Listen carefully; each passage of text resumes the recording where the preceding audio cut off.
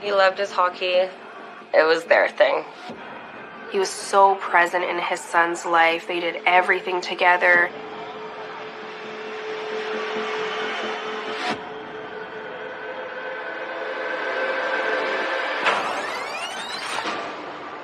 He was meant to take care of kids and give them a second chance. Ricardo Hebe is doing everything he can to be a positive influence in these kids' life. He's stabbed 3 times in the chest and he's left for dead. Is there an old score to settle? Is this something from Ricardo's past? We have this murderer out on the streets. Everybody was scared. A lot of the details were just so gruesome. The final moments of Ricardo Hebe's life must have been horrifically terrifying.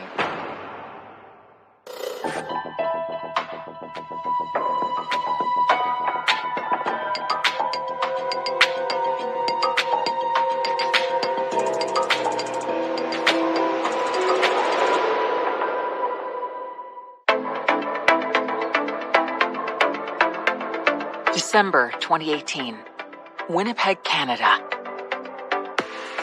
Ricardo Hebe has a lot to be grateful for this holiday season. He and his fiancée Candace are planning a big wedding in the new year, and he's found success in the real estate business. But growing up in Winnipeg's North End, this happy picture was far from guaranteed. North End, Winnipeg is a place that has substance abuse issues related to crime. It's a city that has some real struggles. Ricardo's early years, he had a lot of tumultuous relationships in his life with family or guardians. He kind of had to navigate on his own. We went to the same high school. His energy was so enigmatic, like everybody wanted to be around him. We just met one night and the rest was history. His parents separated when he was young. They both left Winnipeg. He stayed because he didn't want to leave. So he ended up staying with one of his friends. We talked about his childhood. It was very broken. On Ricardo's 16th birthday, an act of kindness changes his life. One of his friends, his mom took him in. She was a single mom raising her own kids, and she was a foster mom as well. She just took him in, supporting him. As long as he went to school, that was the deal. And he kept that deal with her and got good grades. He was actually an honor roll student. He calls her super mom.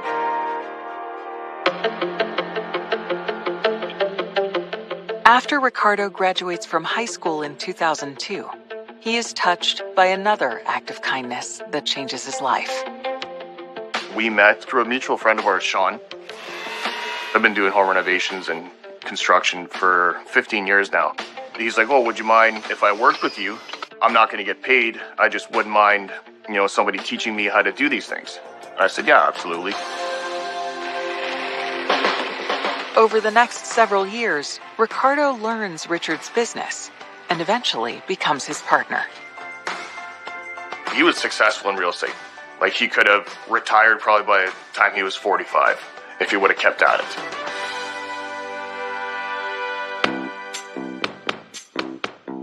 Then, in December 2010, when he's 26 years old, a mutual friend introduces him to Candace Woloshyn.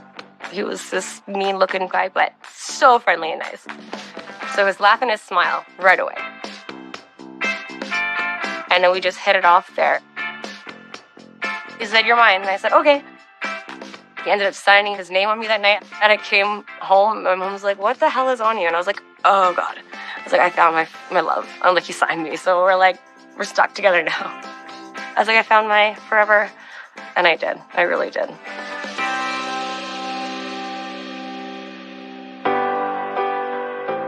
A year and a half later, Candace gives birth to a baby boy. I can't even explain it. Just seeing his eyes holding Junior, that was his world. Everything was about him. He had to be with him 24/7.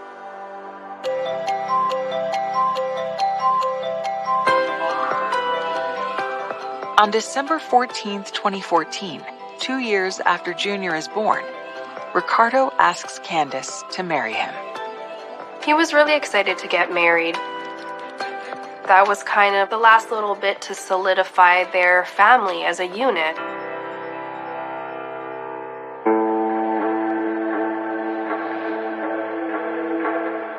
But a chance encounter puts those plans on hold.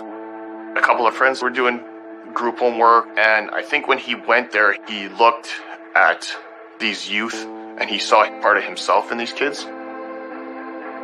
A group home is an environment where multiple people who are vulnerable live together. And it really hits home that these teenagers are just like him, who need stability, who need guidance.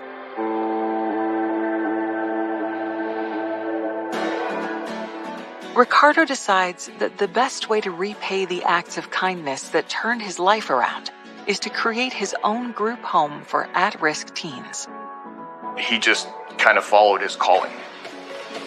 He was meant to take care of kids and give them a second chance. Transforming a property he owns into a group home takes several months and becomes Ricardo's sole focus. He even decides to postpone his wedding so he can fully concentrate on his newfound mission.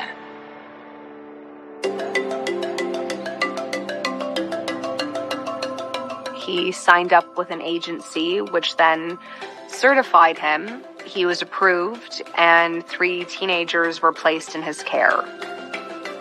He gets to do what he loves, and he gets to keep kids off the street. And the kids loved him.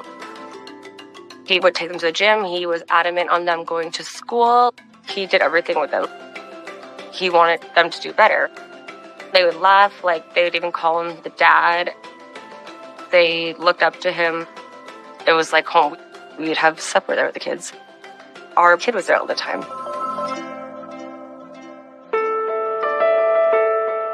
By the winter of 2018, 4 years after he proposed to Candace, Ricardo is ready to plan their long overdue wedding. We planned his wedding party. I was supposed to be the best man in his wedding.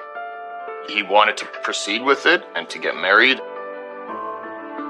As Christmas approaches, Ricardo takes his family out for one of the favorite activities he enjoys sharing with his son. Cheering on the Winnipeg Jets. He loved his hockey. It was their thing. Like every Jets game they'd be watching, screaming. He just wanted him to be... His main thing was hockey. That's what he wanted him to do. It was him and his son at the Jets game. He had season tickets, so he would always go to all the games and bring his son. He was so present in his son's life. They did everything together. You could just see he's just so happy and laughing.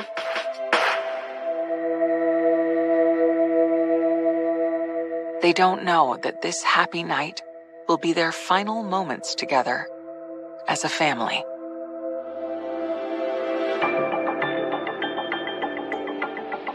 On December 17th, Ricardo agrees to give his former business partner a hand with one of his construction jobs.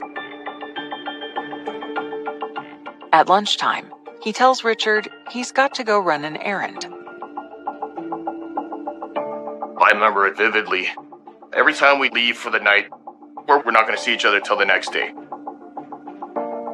He would always do like this side fist bump to me. And so the day of, he was saying he has to go home and he's going to get something to eat and he'll meet me back at the house. And I'm like, okay, sounds good.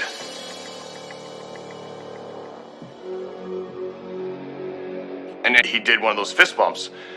And I remember it was like my brain took a picture of it because I looked over and I seen his hand and I remember like almost taking a picture of my hand touching his hand. I looked at his hand and I pulled my hand back and I was thinking in my head, I'm like, I'm going to see you in 20 minutes. I just had this intuition that that was the last time I was going to speak to him.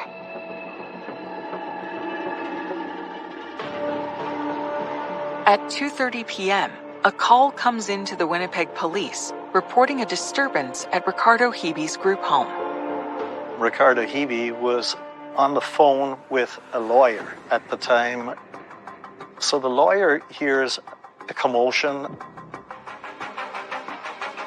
knows that there's something wrong.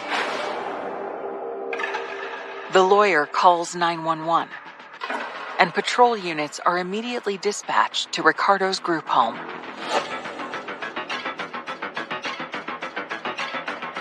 They find Ricardo Hebe on the ground, covered in blood. Detectives try to decipher a clue that could crack the case. Somebody is lying. Somebody knows something about that blood stain on the door. While they grapple with the question of who would want Ricardo Hebe dead. We have the citizens coming together in uproar, thinking, what is going on in our city? What did he do wrong? Nothing. He opened the door. He's trying to defend his home and defend the children in his care. I didn't see real. I lost it because it was like a nightmare.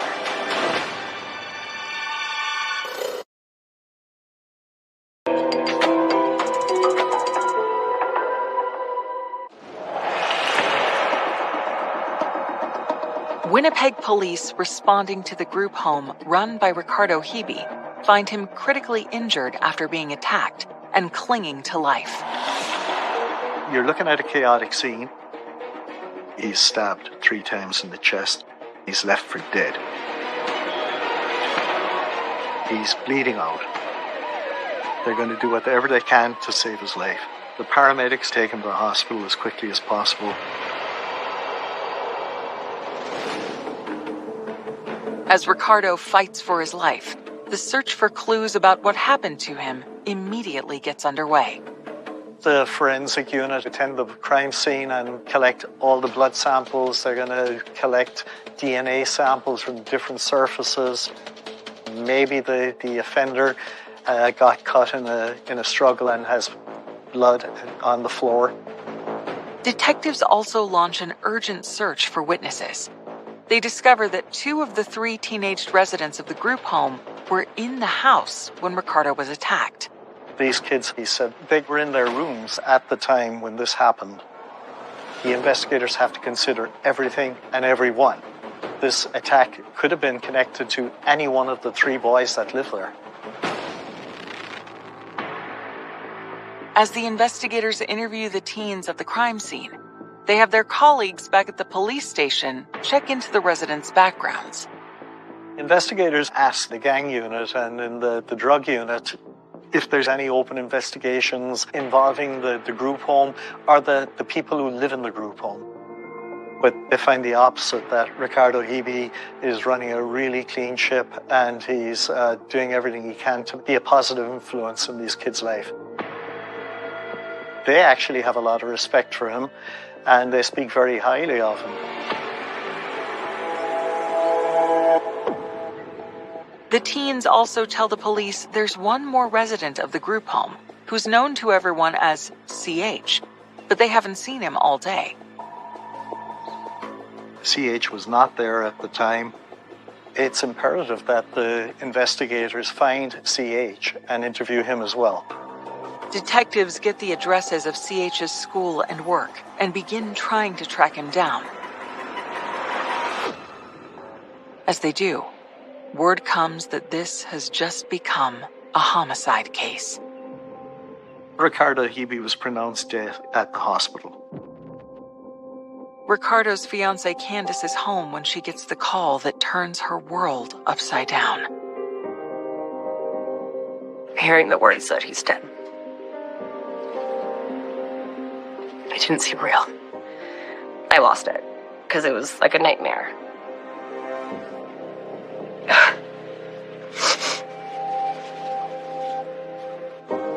I couldn't speak. I couldn't think.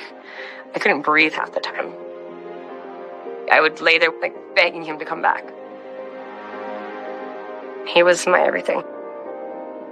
Losing him literally destroyed my life.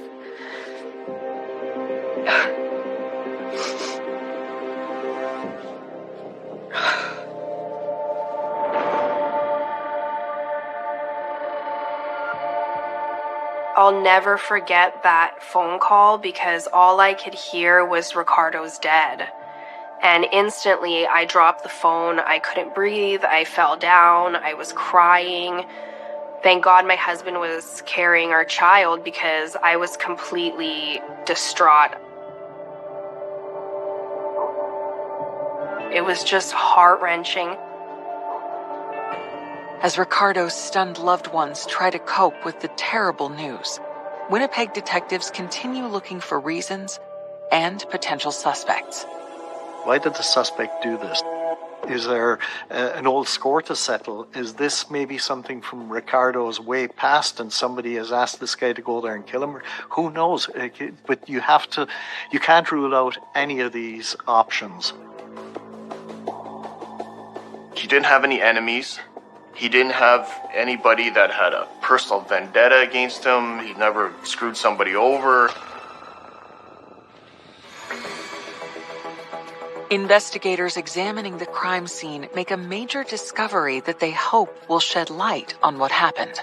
There's a camera showing the exterior of the residence, so it would show anyone coming up to the door. Police are able to quickly review the surveillance video, and when they do, they learn the camera was an eyewitness to the murder. They are able to play back Ricardo Hebe's final moments. The surveillance footage shows a man in a black coat walking up to the group home. There is a brief interaction. You can't hear what's said, but the man in the black coat pulls out a knife, stabs Ricardo 3 times. The crime was shocking. Here's a guy who is running a group home for vulnerable children. What did he do wrong? Nothing. He opened the door. He's trying to defend his home and defend the children in his care. And then he gets stabbed. The final moments of Ricardo Hebe's life must have been horrifically terrifying. Despite showing the murder, the footage yields no clues to the identity of Ricardo's killer. Unfortunately, the images are grainy, they're fuzzy, and they're just not good. The exterior camera showed the suspect wearing a black jacket with a fur-trimmed hood. The hood was up. The footage shows that Ricardo's attacker approached from the street and never entered the house. The 2 kids who were in the house, they're ruled out at this point. For detectives, it's now more urgent to find the one resident who was not home at the time of the murder, CH. It's imperative that the investigators find CH and interview him. Maybe he knows something that the other kids didn't know. And also to be able to account for his location at the time the offense happened. It's not clear where CH was at the time of Ricardo Hebe's death. Police are just trying to piece together if he's connected to all of this.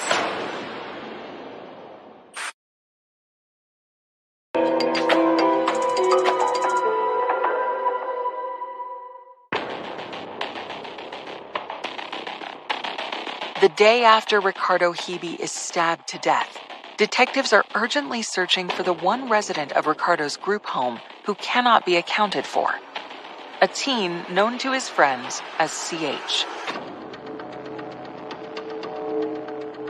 At this point, the investigators still haven't tracked down CH. The first obvious place to check would be the school and his place of work. It turns out that he didn't attend either of them on that day, which is a little weird because he was expected to be in school and he was scheduled to be at work, but he didn't show up for either. And there's no account of where he is or where he could be. So they cannot rule him out or rule him in any way at this point.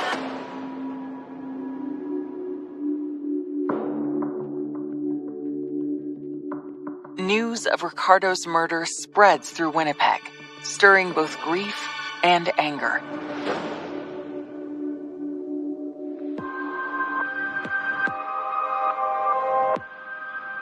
This was quite a high-profile murder in Winnipeg. It affected a lot of people. And the question I kept coming back to was, for what? Why did this happen? There's really no clear answer. I thought it was just so brutal because of the fact that Ricardo was quite a pillar in the north end of Winnipeg. It was just such a sad story. I mean, this man dedicated his life to trying to help young men who were in a similar position to him, so it seemed just so tragic that he would die while doing something good for the community. It just felt very cold and brutal. We have the citizens coming together in uproar, thinking, what is going on in our city? We have this murderer out on the streets. We're all going out in support because we don't want this to die in the media. We want it to be up close and personal with every resident of this city because this is all of our issue. You know, it was my best friend who lost his life, but it could be my neighbors tomorrow. Everybody was scared. And so I think pushing it in the media was the only way that we were going to get any traction with finding this guy.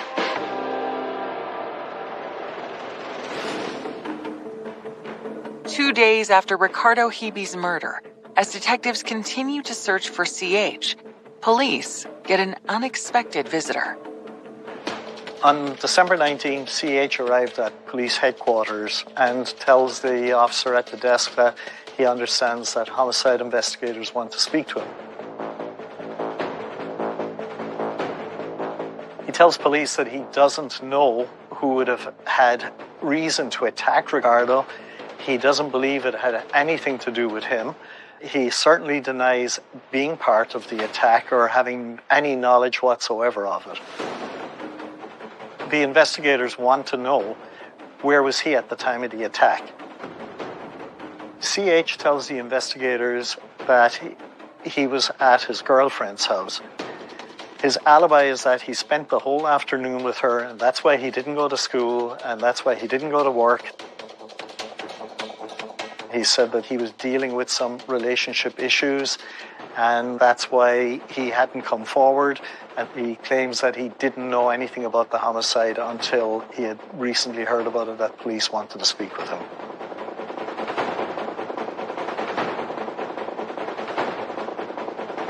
CH says that he was with his girlfriend, Trinity Moore.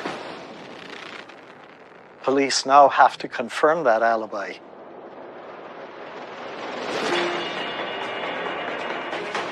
CH gives detectives Trinity's address. They head straight to her house to check his story.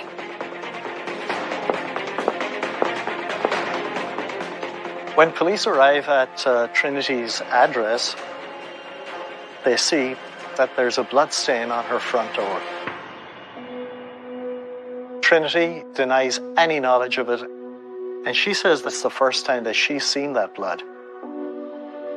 Trinity consents to police taking samples from the blood that's found on her front door.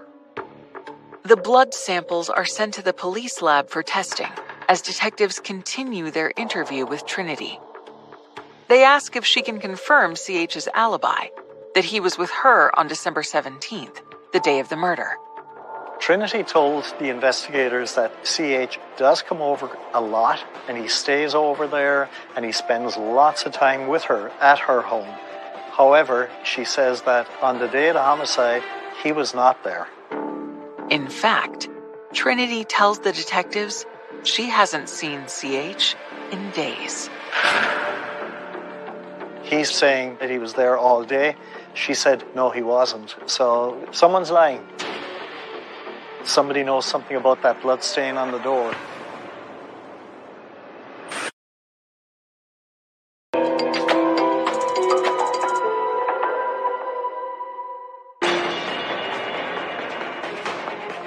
Detectives investigating the stabbing death of Ricardo Hebe believe a teenage resident of Ricardo's group home has lied to them about where he was at the time of the murder.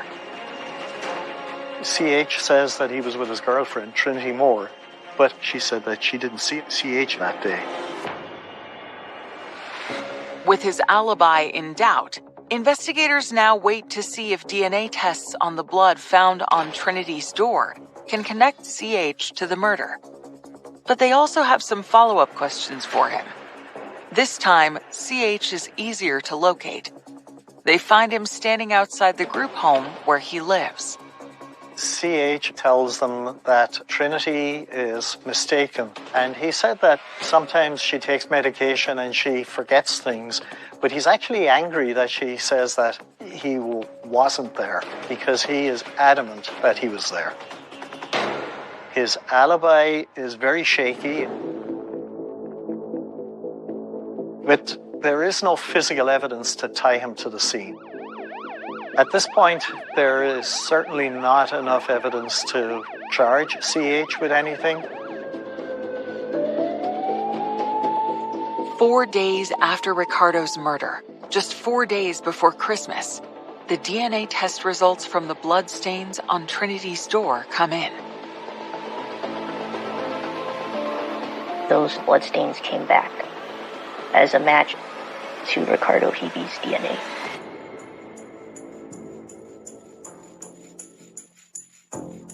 It is not contaminated with anybody else's DNA. It is Ricardo Hebe's DNA, and it is definitely something that happened after his attack. This is a huge break in the case because now there is a direct link from the crime scene to Trinity's front door. So somebody who killed Ricardo went through that front door and deposited Ricardo's blood on the door. The test results convince detectives that Trinity knows more than she's told them about how Ricardo's blood got on her door. They rush back to her home to confront her. And that's when her story about the day of the murder changes. She says that CH was there, that he was actually hiding in the back room.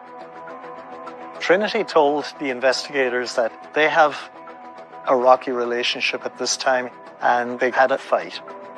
She says her brother, Kane, became aware of the altercation that she had had with CH and was furious.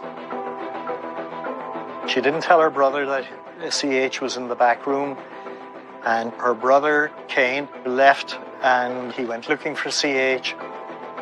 She actually provided her brother with the address of the group home. And when he came back, he had blood on him, and as he left the blood on the door handle at the front of the house. She says that he shows up, she sees his hands are bloody, and she sees him in possession of a knife, and she observes there's blood on it. Was he looking to find CH and thought he killed CH?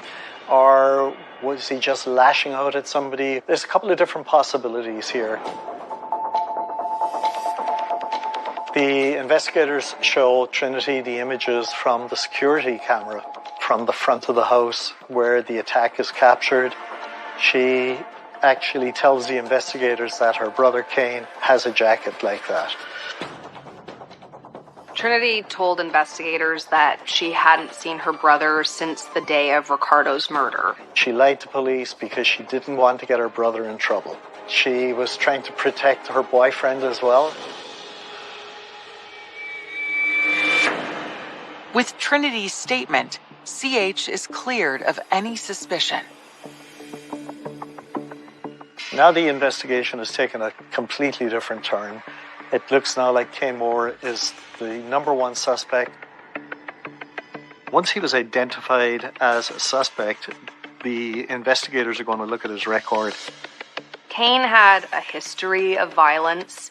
He had a history of unprovoked attacks. Kane went to Stony Mountain, which is just outside Winnipeg. It's a federal prison. It's for serious and violent offenders. While he's in the penitentiary, he's involved in another serious incident. He's a suspect in another stabbing inside in the penitentiary. Kane was facing charges related to the death of another inmate.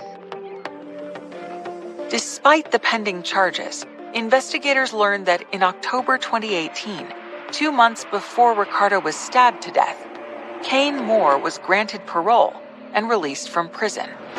He's a very dangerous person, but he was not designated a dangerous offender by the courts. He wasn't even supposed to be out on the street. In his parole documents, it stated that he is high risk to reoffend, and somehow he was let out. When I found out, I was furious. How do you allow someone out who killed someone inside? If you can't protect people in there, how are you supposed to protect them out? He's very volatile and he's got a very dangerous background, so it's urgent to find him as soon as possible.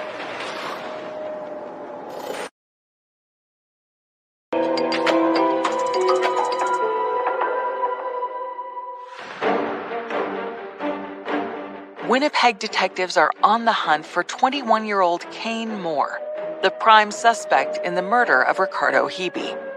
At this point of the investigation, the investigators have to find Kane Moore. It is imperative that they find Kane Moore. Kane's sister Trinity tells the detectives that she has not seen or heard from him since December 17th, the day of the murder. Investigators begin tracking down other family members, hoping for a lead to his whereabouts. His family are somewhat cooperative. They say that they haven't seen him in quite some time, but it can only be taken at face value because they could quite easily shelter him. The investigators went to all the known hangouts and the areas where Kane Moore has frequented and is known to frequent. They're not getting the best cooperation in these neighborhoods. Nobody wants to be seen speaking to the investigators. Nobody certainly wants to cooperate with them. And they draw a blank. They're not getting anywhere. Kane Moore's parole has been revoked at this point, so the investigators will get a Canada-wide warrant for Kane Moore. They'd circulate a bulletin with his picture and his description to every officer. After 2 weeks of an intensive search that began just before Christmas, police still have no sightings of Kane. Nobody knows where he is. It looks like he's gone to ground and nobody can find him. He's on the run.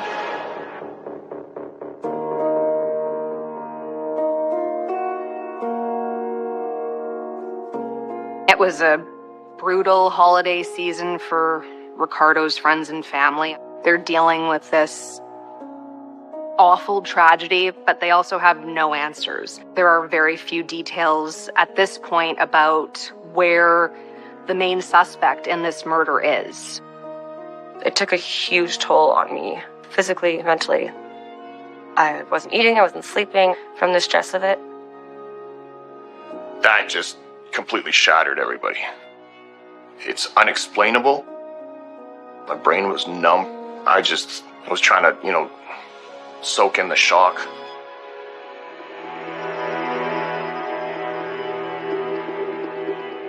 Another week goes by with no progress in the manhunt.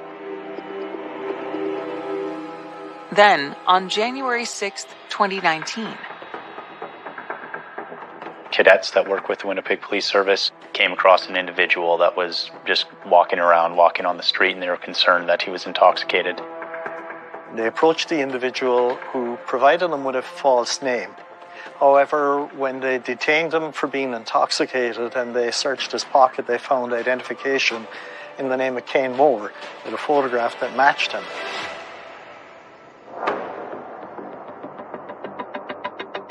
Once cadets clue in and realize that they have the main suspect in Ricardo Hebe's murder, they call detectives immediately.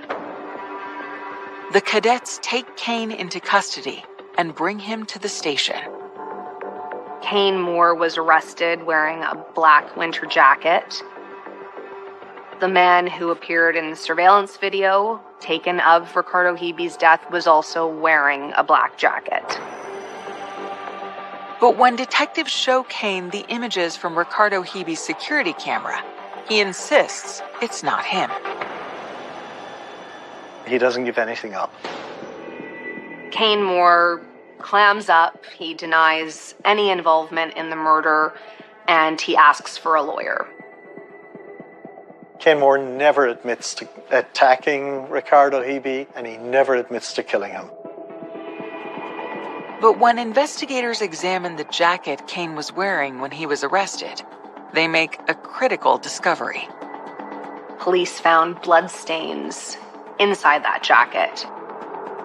Investigators test the blood that's found in this black jacket, and the DNA matches Ricardo Hebe's DNA.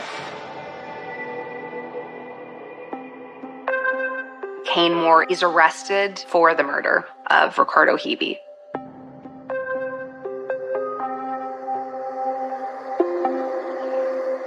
There's a lot of inexplicable killings that occur, but in this case, even though there was no clear motive, there is enough evidence to suggest that Mr. Moore was upset with CH.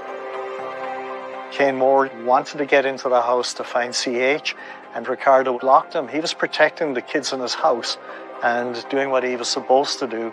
And Kane Moore wanted to get in there and lashed out the way he always does, violently.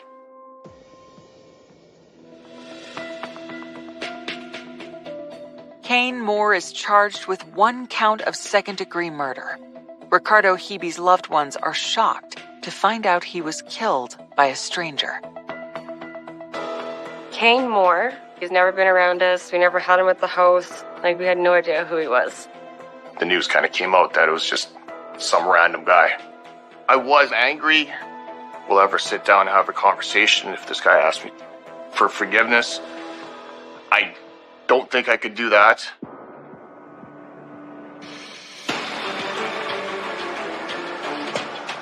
Kane Moore's trial begins in September 2020.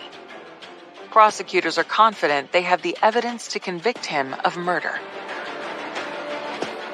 They call their star witness, Trinity Moore, the accused killer's sister, to the stand and ask her about what she saw the day Ricardo was murdered. Trinity Moore gave a sworn statement to police that her brother Kane Moore showed up, that she saw he had bloody hands. Trinity Moore recants her statement when she's called as a witness. She tells a completely different story. When Trinity Moore changed her story, now there's the possibility of an acquittal.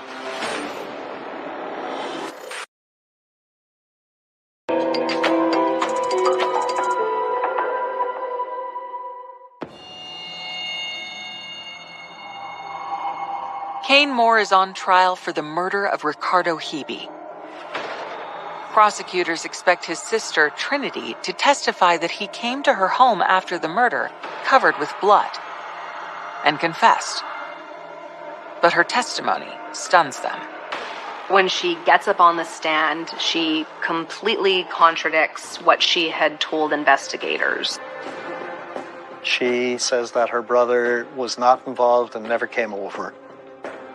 She said that when she spoke to police, she didn't know what she was saying because she was high and drunk at the time.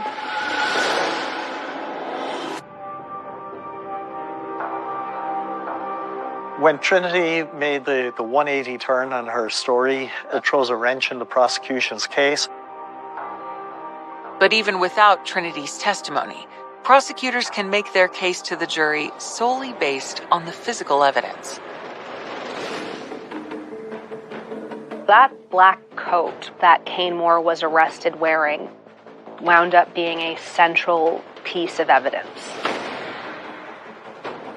There was video surveillance and forensic DNA evidence. We played the surveillance videos that show the individual approaching the residence, and we showed the actual stabbing. We also showed Kane Moore leaving the house.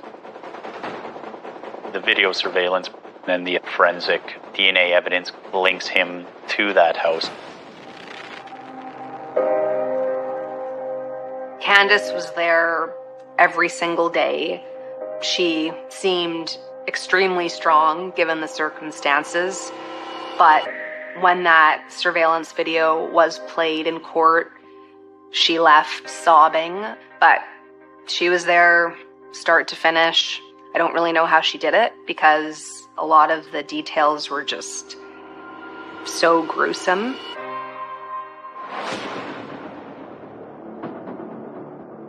The jury deliberates for 6 hours. And on September 24th, 2020, reaches its verdict. He was convicted of second-degree murder. He's got a life sentence with no chance of parole for 15 years.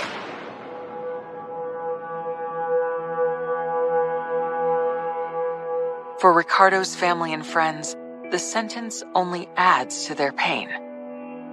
He did not deserve anything less but life in prison with no eligibility for parole. And that's something that is still hurting us because he's still going to be eligible to come out eventually. It's a really sad irony because Kane Moore is the exact type of young man Ricardo Hebe would have wanted to help. So you can't help but wonder if things could have gone differently.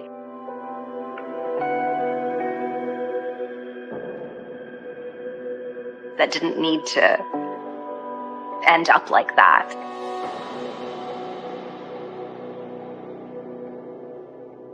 I accepted that there's nothing I could have changed. There's nothing that anybody could have done.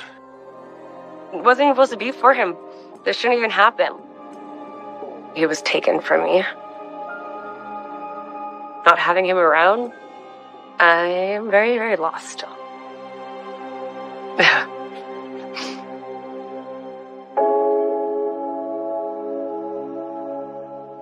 Despite the pain they live with every day, Ricardo's loved ones try to stay strong and keep Ricardo's memory alive, especially for his son, Junior. Everybody dealt with it in their own way. I still have a good relationship with his son. I'm godfather to his son. I've made him a promise when he was alive, and I'm just fulfilling that promise to look after his son. I want people to know that his heart was there. He wanted the best for these kids. It's just, everyone knows his legacy was left. And his smile, and just how genuine he is. And that's why I want to keep going. Our son has love for hockey. So he's an all-star now. Ready, he wants to play the Jets, he says. I said, do it. Your dad would be proud.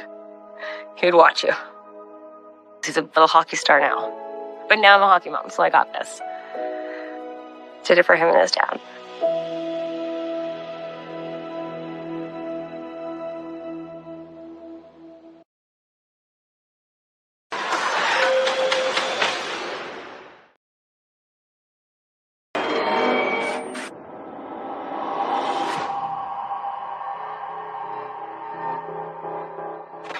She would go to a party and she would dance.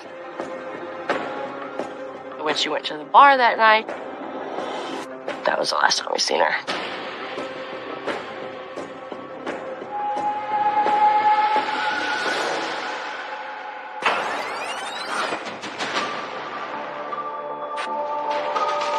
She's riding into the night with a mystery man on a motorcycle.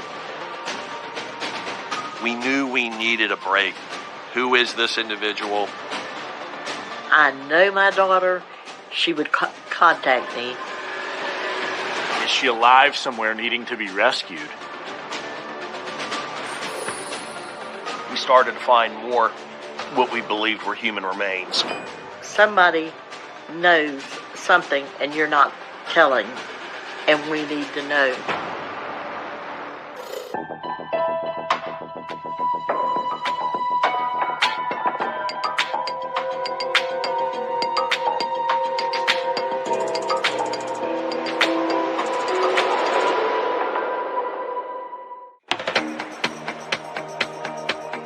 October 12th, 2012.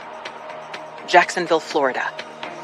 For Sherry Prather, life can be summed up with 3 words: family, fun, and Harleys.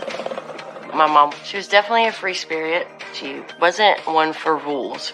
She did have a lot of friends from like a lot of different backgrounds.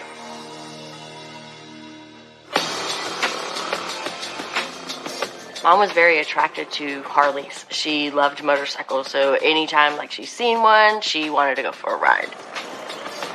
She loved a party, and she would dance, and she loved to sing karaoke. She could sing really good. She had a beautiful voice. She sounded just like Stevie Nicks. She was not just my daughter, she was my best friend.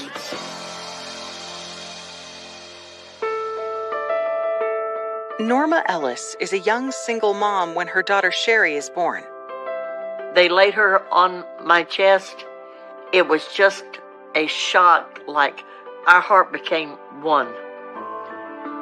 And like they just beat in rhythm together.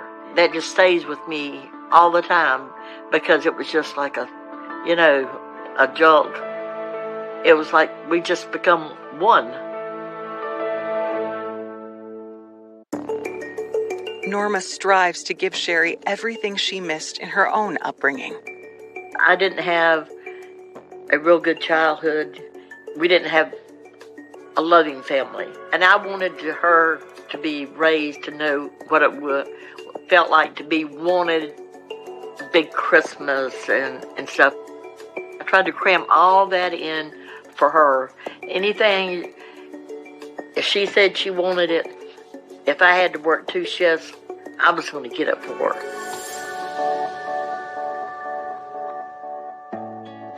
Sherry's childhood is filled with love, but she also has to grow up fast. She was very caring.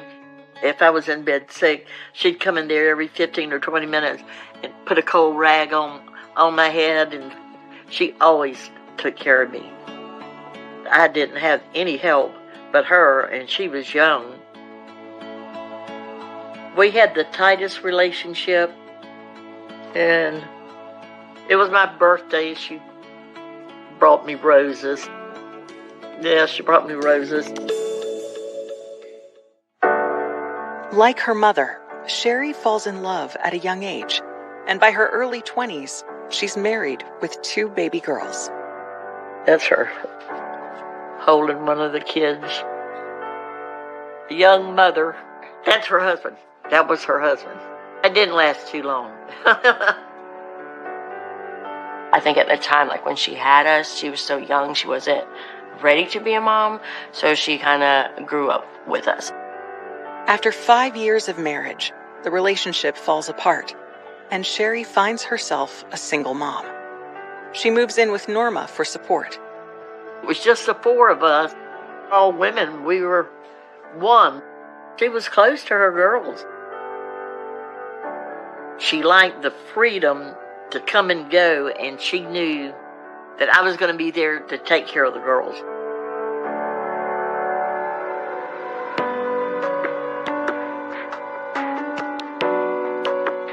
But after her divorce, despite her mother's support and unwavering love, Sherry hits one rough patch after another. I've watched my mom go through like a lot of bad relationships where they felt like they could put their hands on her and stuff like that. They tried to control her, which only made her pretty much rebel even more. Through years of abuse and struggle, Sherry turns to alcohol and drugs to numb the pain. Her addiction was probably her biggest battle. She battled with that for a very long time.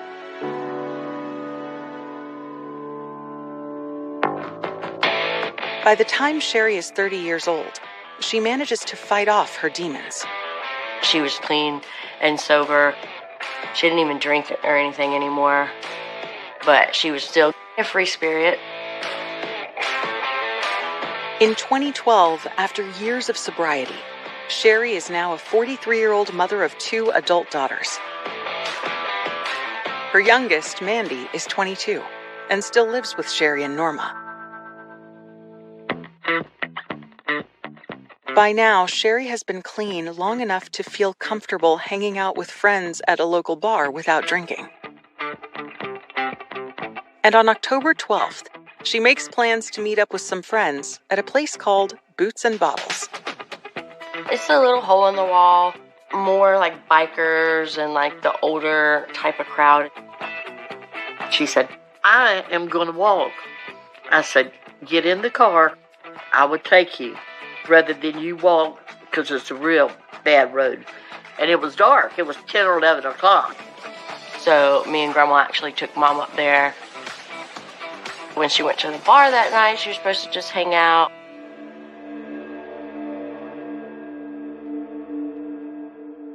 And that was the last time we seen her.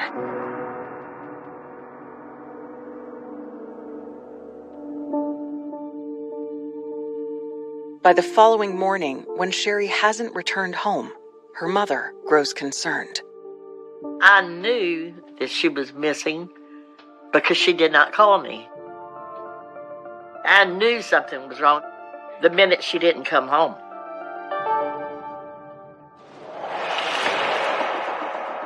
When a day passes with still no word from Sherry, Norma and Mandy decide to act.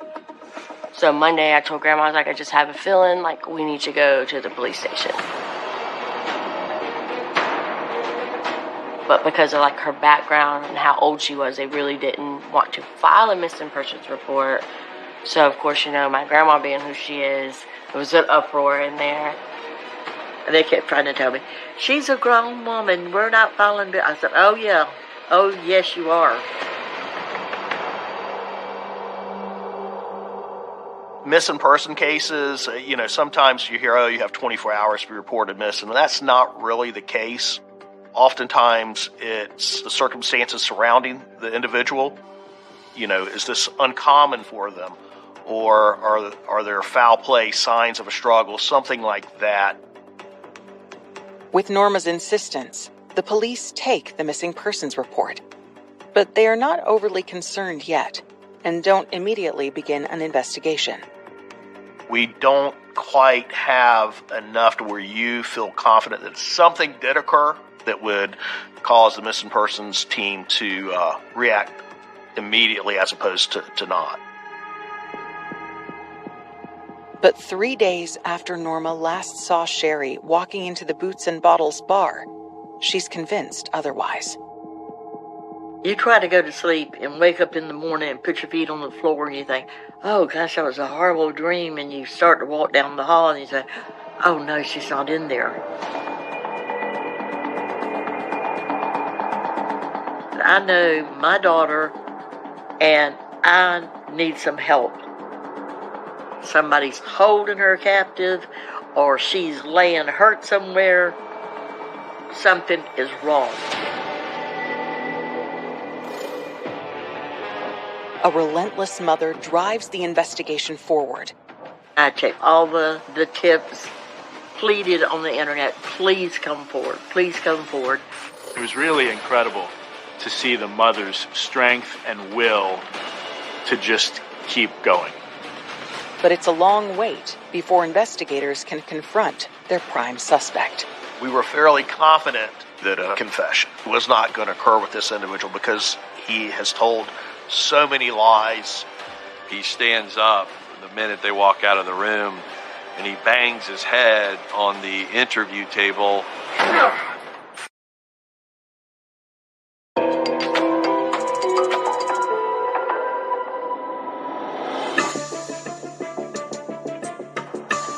Three days after Sherry Prather was last seen, her mother Norma is still struggling to have Jacksonville police take her daughter's missing persons case seriously.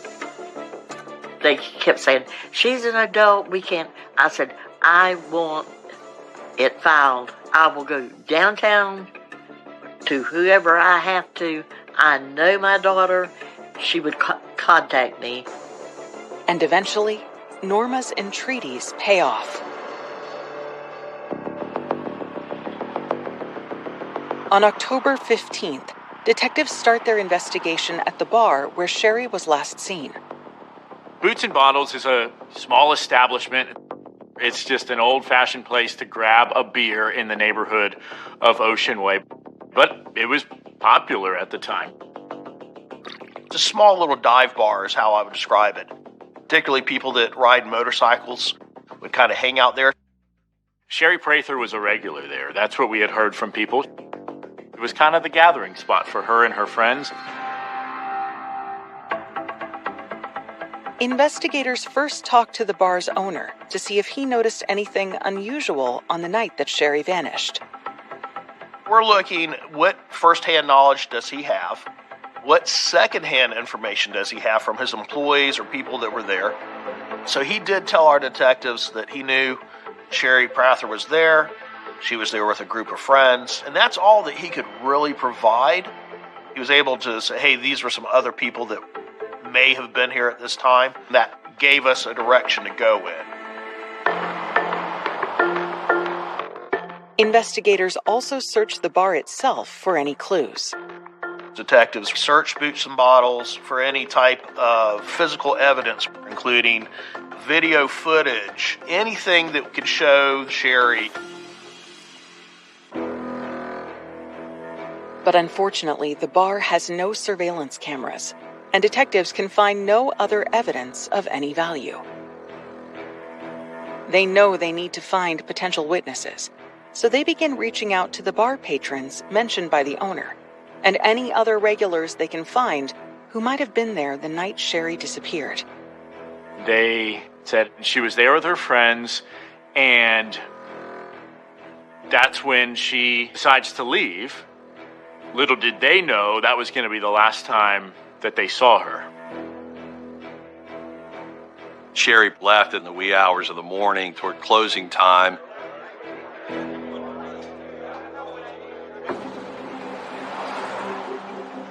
And we did find there were some local gentlemen that openly articulated as a motorcycle club. They were motorcycle gang members, the outlaws. And we knew the members of that club didn't even want to speak to the police.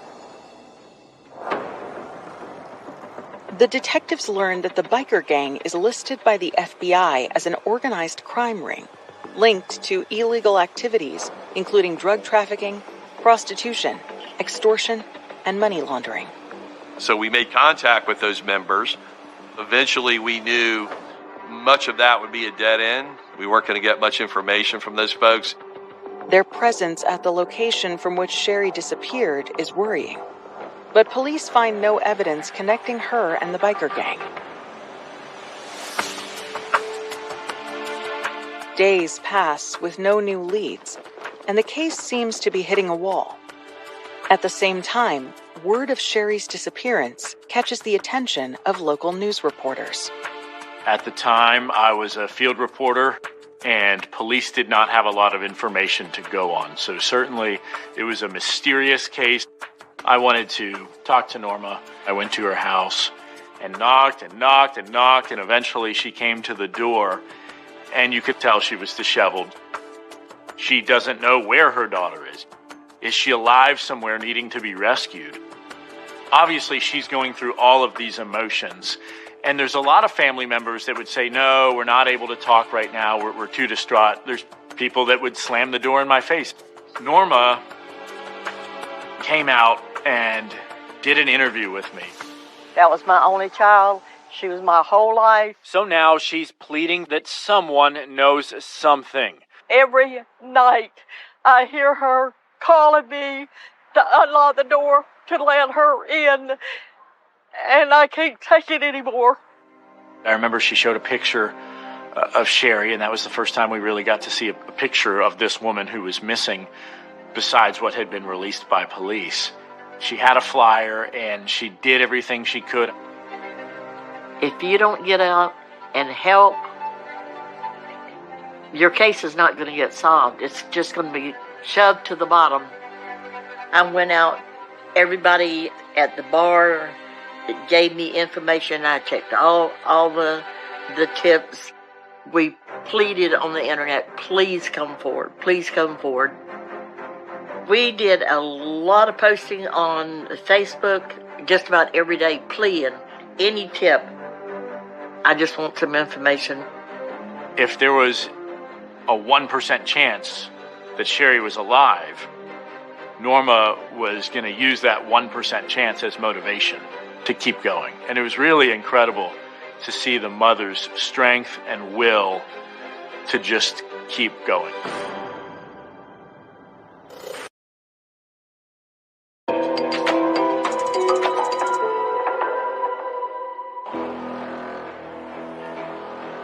It's been 3 weeks since Sherry Prather vanished from a Jacksonville bar called Boots and Bottles.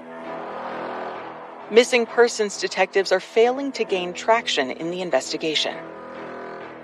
Obviously, detectives are going to have to keep some things close to the vest. They were struggling, and they were frustrated too at the time. They were having trouble finding leads. So, it did become a whodunit. But Sherry's mother, Norma, and her daughter, Mandy, refused to let the investigation wither. Me and Grandma actually drove around and went into a lot of bad houses and bad areas trying to find her just to see if they've seen her, if they talked to her.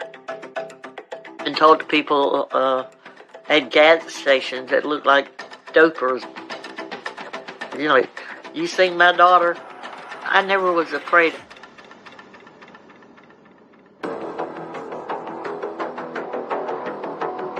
She's in high crime areas. She's talking to people that could be perceived as dangerous. She's doing everything to find her daughter, and she wasn't going to stop.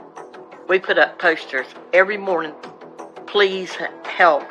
There was a lot of witness. Somebody knows something and you're not telling, and we need to know.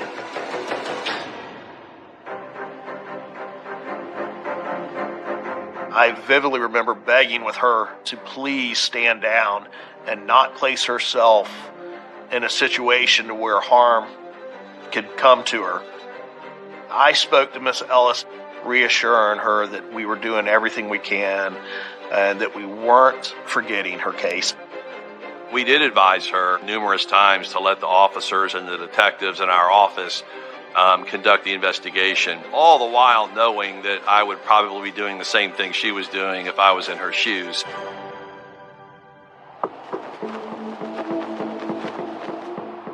"30 days into the investigation, police finally get their first solid lead. On November 12, 2012, Teresa Lennox, a childhood friend of Sherry's daughter Mandy, contacts detectives, claiming to have information. Can you state your name? My name is Teresa Lennox. Investigators bring her in for an interview. When I turned on the news and I saw the missing persons report for Sherry Prather, I broke down. I got really upset. I was crying loudly. My uncle came out of his bedroom. That's Uncle Jack. Uncle Jack. Yeah. Teresa explains that she has been staying with her uncle for a few weeks while she looks for an apartment. He is a regular at Boots and Bottles. When Jack came out of his bedroom, he asked me what was going on. And I pointed at the TV, and he said, well, who is that? And I said, well, that's Sherry Prather. I said, that's my, really good friend of mine's mother. And he goes, really? He said, that's the one that they've been putting up pictures of all over town. I said, yeah, it is. He said, well, I might know what happened to her. And he said, well, all I know is that supposedly this biker guy killed her over money and dumped her on Braddock Road. That's what he said. That's all I know. And he left it at that. Detectives press Teresa for the name of the biker. She insists she knows nothing. She says she hasn't seen her Uncle Jack for several days, and investigators are unable to locate him.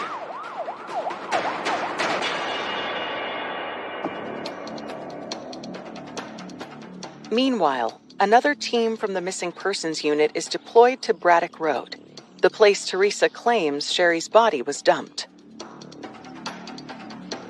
It is in a very rural part of the city of Jacksonville. It's a heavily wooded area. It's not a well-lit area. It's a local road.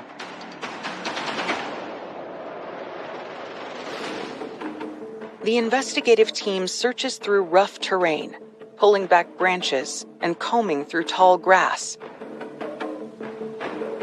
They find bone fragments, but at first glance, They appear to be from an animal. There were animal carcasses, and that particular location of the woods is known to be a dump site for hunters. They dump deer, wild hog carcasses, and there's quite a few scavengers out there. It was at that time that we made the decision to contact one of our dog handlers who has a dog that specializes in locating human remains. The highly trained dog gets to work, scouring the discarded bones spread across the field. Then, he signals his handler that he's found something. The dog located what they believed were human remains.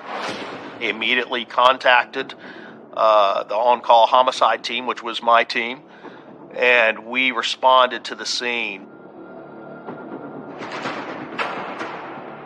We started to find more what we believed were human remains scattered throughout the woods. There was a potential body that could be Sherry.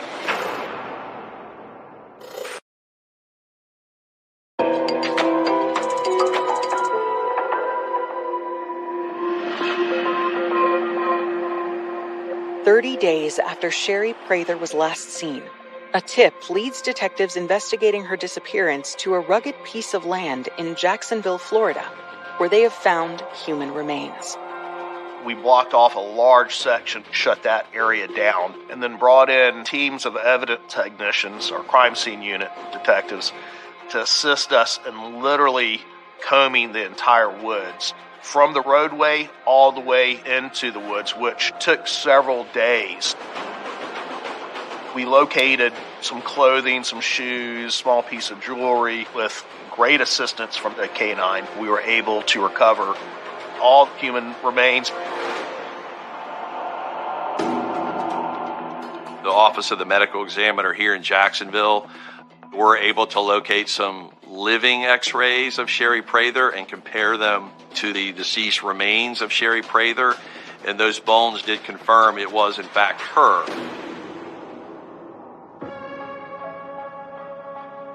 We were all actually at my grandma's house, and they called, and they told us over the phone that they had found remains. I felt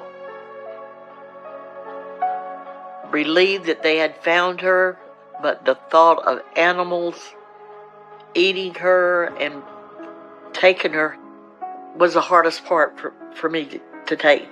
I thought I was going to die. I thought, this can't be real. This can't be real. Once they confirmed that it was her, just the thought of it was just pieces, wasn't even like all of her, is I think what truly broke our family.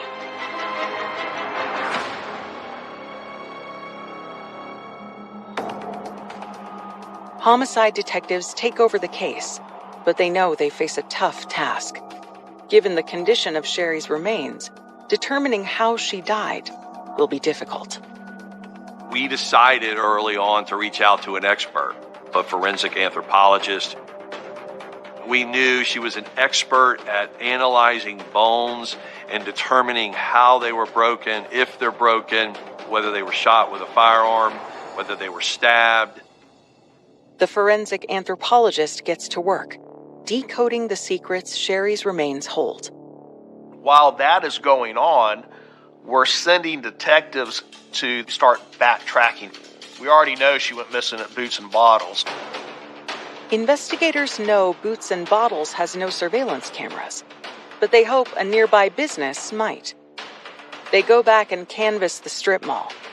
They discover that a nearby cell phone store does have a camera, and it points in the direction of the bar's parking lot. When we watched the video to see if there was anything, it clearly showed Sherry Prather walking out to an individual who was standing by a motorcycle. She gets on that motorcycle, and then they leave the establishment with Sherry on the back as a passenger. Detectives know they are witnessing Sherry Prather's final moments. It was mysterious. It's not great video. It's not high quality. It's dark. It would be difficult to identify anyone's facial features from it, but it shows she's riding into the night with a mystery man on a motorcycle leaving a bar. It's their first look at the person who may be responsible for Sherry's death. Is this some sort of a motorcycle gang? Is there some bigger criminal activity here? Are we dealing with a serial killer? There's definitely an uneasiness in the neighborhood. And this is not a neighborhood that's immune from crime.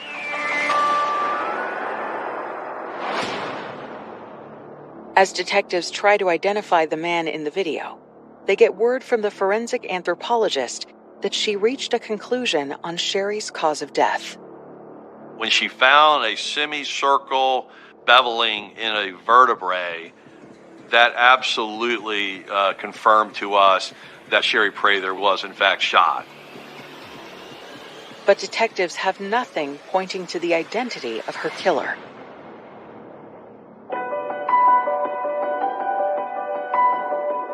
We knew we needed a break. Who is this individual? Detectives turn to the public for help, releasing the video of Sherry Prather's final moments to the media.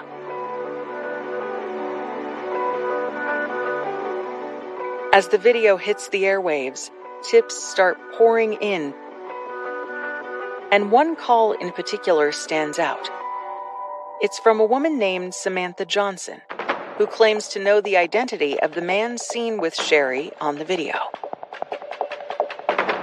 We had her come down to homicide. Today is November 14th, approximately 6:26 p.m. And can you just state your name for me? Samantha Burleson Johnson. You saw a news story regarding a missing person, right? Yes, sir. And on that news story, there was a video of a man and a woman on a bicycle leaving somewhere. Yes, sir. Did you recognize the person on that motorcycle? Yes, sir. And who'd you recognize that person to be? Johnny Wayne Johnson.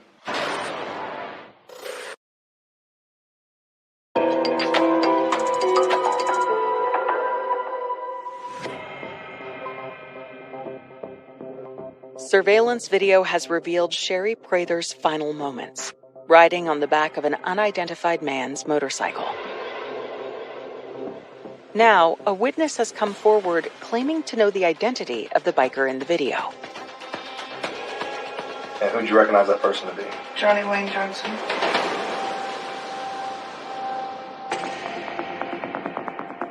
Samantha Johnson is Johnny Wayne's wife. They're still currently married, but not living together. They're separated.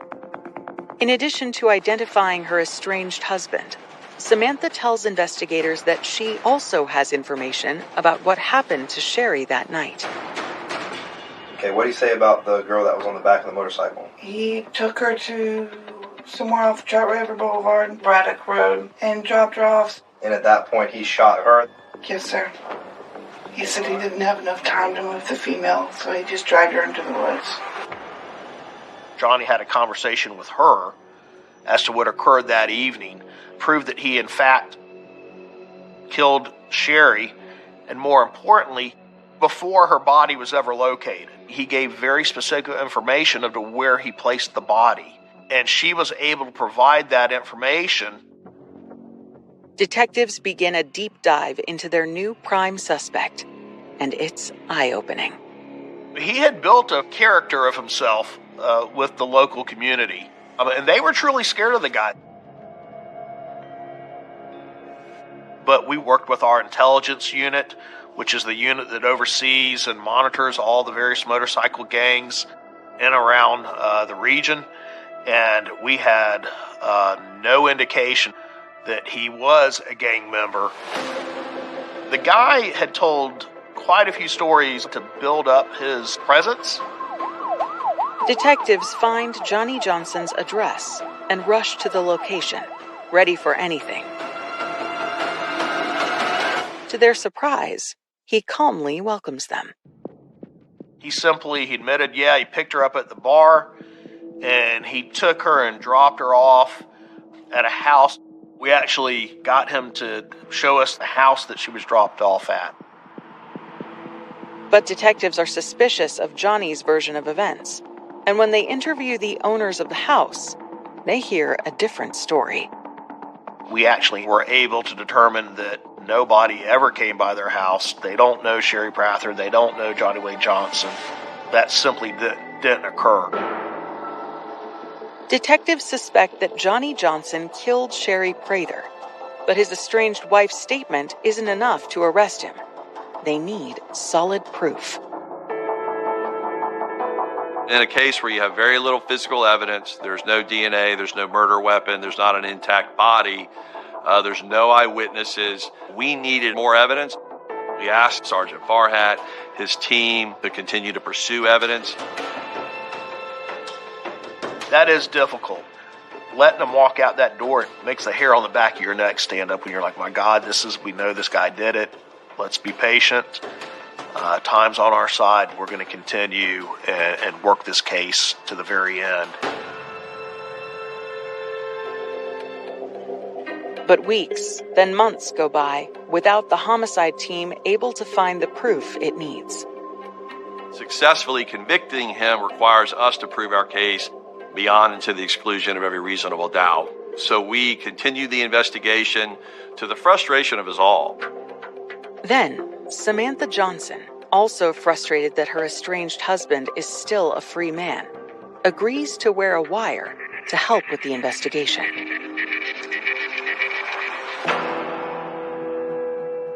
It was a detective that was investigating a missing persons case. Yeah. Who discovered it off of a tip. But isn't that the place that you said all this happened? Like I said, I ain't just. But what really happened? It is what it is. Right now, I don't want to really get into it until it's over with, if you understand what I'm saying. Okay, fair enough.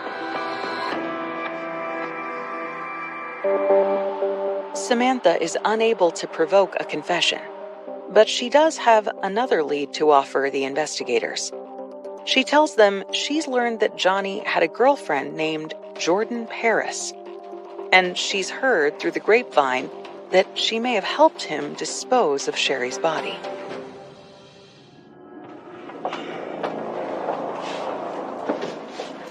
We actually brought her downtown to the homicide office and conducted an interview. Johnny, who is John Wayne, correct? Johnson. Yeah, her boy. Yes.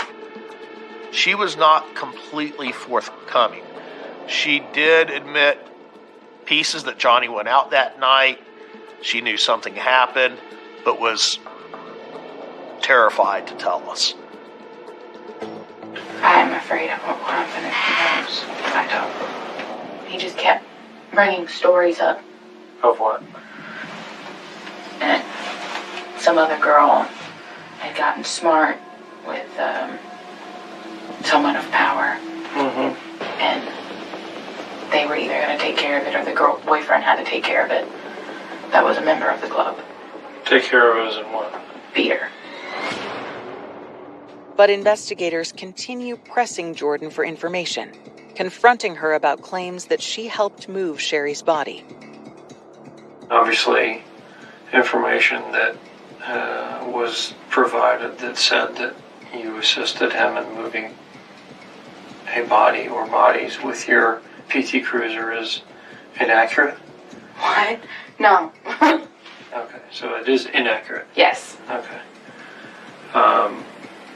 Your vehicle has never had any human remains in it? No human remains, no.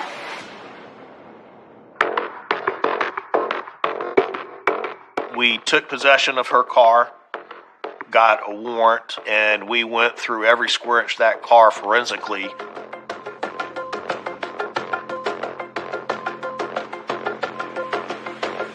There was no physical evidence in that car that indicated that Sherry was ever in that vehicle. Jordan Paris is cleared of any involvement with the disposal of the body, and detectives are no closer to finding the physical evidence they need. Now, they're forced to wonder if their main witness against Johnny, his estranged wife Samantha, is telling them the truth, or if she has ulterior motives for implicating him in a murder. They were in the process of separating. Was she fabricating these types of statements by him? If she's jealous of the new girlfriend? We knew we needed a break. We needed a witness or witnesses that sure may have been close to the defendant, but had no motive to lie. The detective said, we've got one shot is all we have, because they could not find the gun.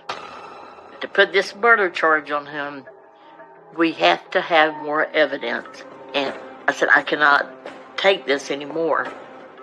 The break they need eludes the detectives, and for 4 years, there are no new leads. Then, in 2016, a man named Mike Carroll calls police, saying he's been too frightened of Johnny Johnson to say anything, but has finally found the courage to speak up. He tells investigators that on the night of the murder, he received a phone call from Johnny. It was the wee hours, 4 or 5 in the morning, and Johnny Wayne Johnson told him he messed up and he needed some help cleaning something up.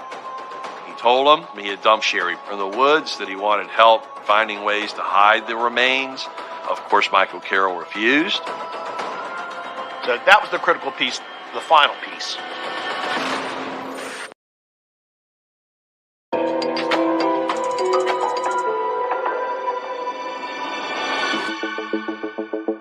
After 4 years investigating the murder of Sherry Prather, authorities have finally found the witness they need. On November 18, 2016, armed with the account of a man who says he was asked to help dispose of Sherry's body, investigators bring Johnny Johnson in for a critical round of questioning. Our goal is simple, and that's to get a confession. So we brought him in to homicide. Johnny, do you remember a detective talking to you 4 years ago about the girl that was missing from Boots and Bottles? Yes. Yeah. And I took him to where I dropped her off at. Yeah. Do you remember her? Yeah. I've been keeping up with the story in hopes that y'all catch the person who does it. Now, we were fairly confident that a confession probably was not going to occur with this individual because he has told so many lies, but we still tried. Not being honest, Johnny, but you got to explain your side of the story. And I have been. I dropped her off on Trout River. But you didn't. I did. You took her to Braddock Road. No, I don't know about Braddock Road. Yes, you do, Johnny. It's right there. It's right there. You've been down it several times. As the detectives started presenting him with the case and questioned him what occurred, they said, look, we know you're lying. I done told you. That's not the whole story. It is the whole story. That's all I know, and I didn't do it. You can believe what you want to believe. I did not do it. I swear on my father's grave. It's denials. I didn't tell him that. I didn't tell my girlfriend that. I didn't tell my wife that version. I didn't tell her anything. It was a multitude of denials throughout his interview. Can I go home? No, you cannot. Why is that? Because I'm charging you with murder. I didn't do murder. Well, I'm charging you with it, and we can prove it, Johnny. No, you cannot, because I didn't do it. He stands up the minute they walk out of the room, and he bangs his head on the interview table.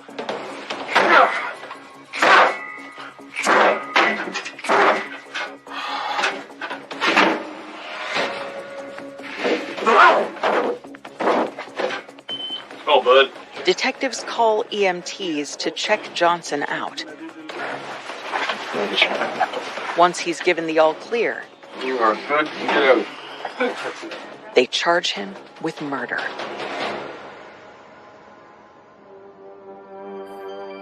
As prosecutors prepare to bring Johnny Johnson to trial, his lawyers approach them with a plea offer.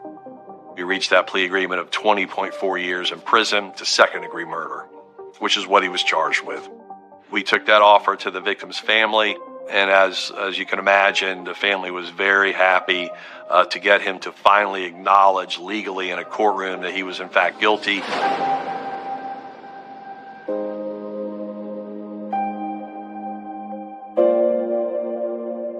I looked at Mandy and she said, Grandma, as old as he is, he got 20 and a half years, and he was supposed to have already been sick.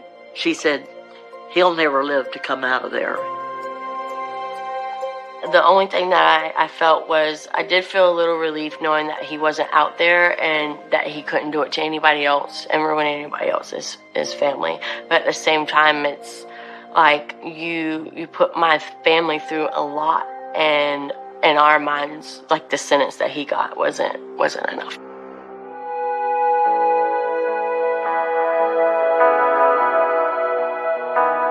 I do remember her ambition and her fight. Like she never gave up. It didn't matter, and she's very headstrong. So when she has like something in her head, like she's gonna get to that point, no matter what it takes her. This one was just a few days before she disappeared because she had just gotten her glasses. We're in the backyard. She never wore glasses before, and she said, "Oh, I'm not going to wear these." I said, "Well, if you want to see." I didn't know this would be the very last picture. She was just sweet, and that's why I miss her, because we did so much together. I didn't want anything to happen to her, and I would give anything if it had happened to me instead of her. I wish that 1,000 times.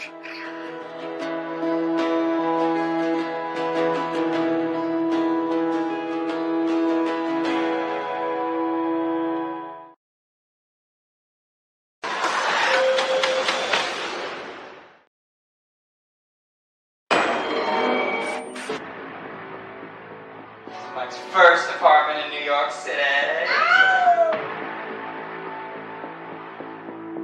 The online dating scene was still pretty new and fairly unregulated. I've been single for like 5 years. I lived on Long Island forever. All of a sudden I'm in Brooklyn, I moved, and everyone's like, "Oh, what are you doing? Do you want to hang out? I thought you want to hang out." You know, it's like, no, I can't hang out. I'm in Brooklyn. You know, I moved here to find a husband. Let me stop. Numerous calls come into 911 stating that someone's been struck by a vehicle on the Bell Parkway.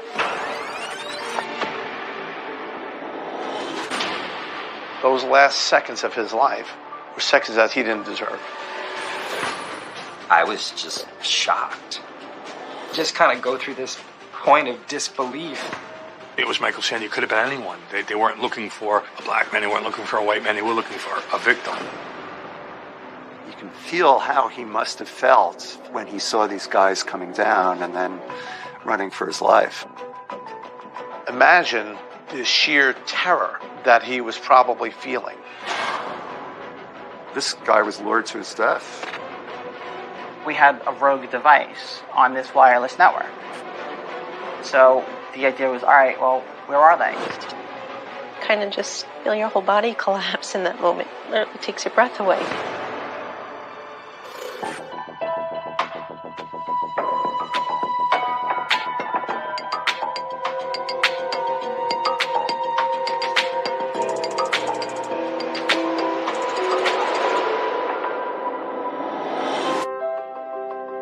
July 2006.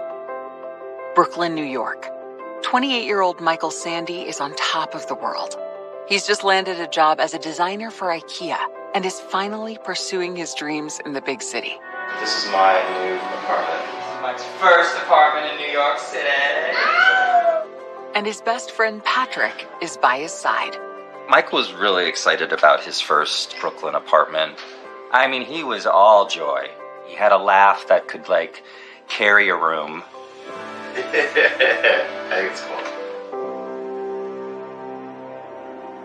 Well, it's a wrap. We finished the bed. Made much more space out of this tiny little room. It's wonderful. I'm glad my hair has changed. It's rocking. Oh my gosh. I mean, what did we look like there, right? We were just absolute best friends.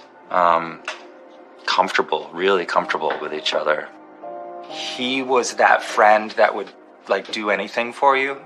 Loyal, sensitive, compassionate. And those people don't come around very often.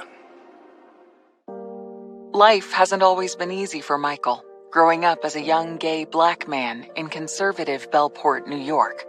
His struggle with being gay in Long Island was definitely a thing. Some parts of it was because he wasn't necessarily, like, out to his parents, but I think that they all had this beautiful kind of unspoken understanding. I've known Michael Sandy since we were kids. And Michael spoke very closely with his friends about who he wanted to make connections with. And being in a small town, a conservative town, and a conservative family, these things were kind of hard to explore. He wanted to work in Brooklyn, live in Brooklyn, breathe Brooklyn. So I think what was very attractive to him was really that social element and to really find a connection, to find love. I feel like he had to make that move to survive and to express who he was and to be who he was meant to be.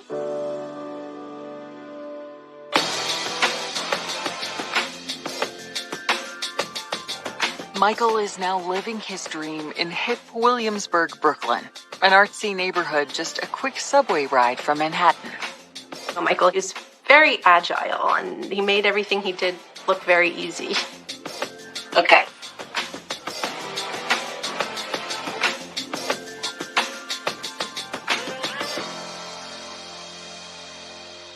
Yeah, that was great. But he was a very natural dancer. So that was Michael dancing in a parking garage. Actually, I was filming this.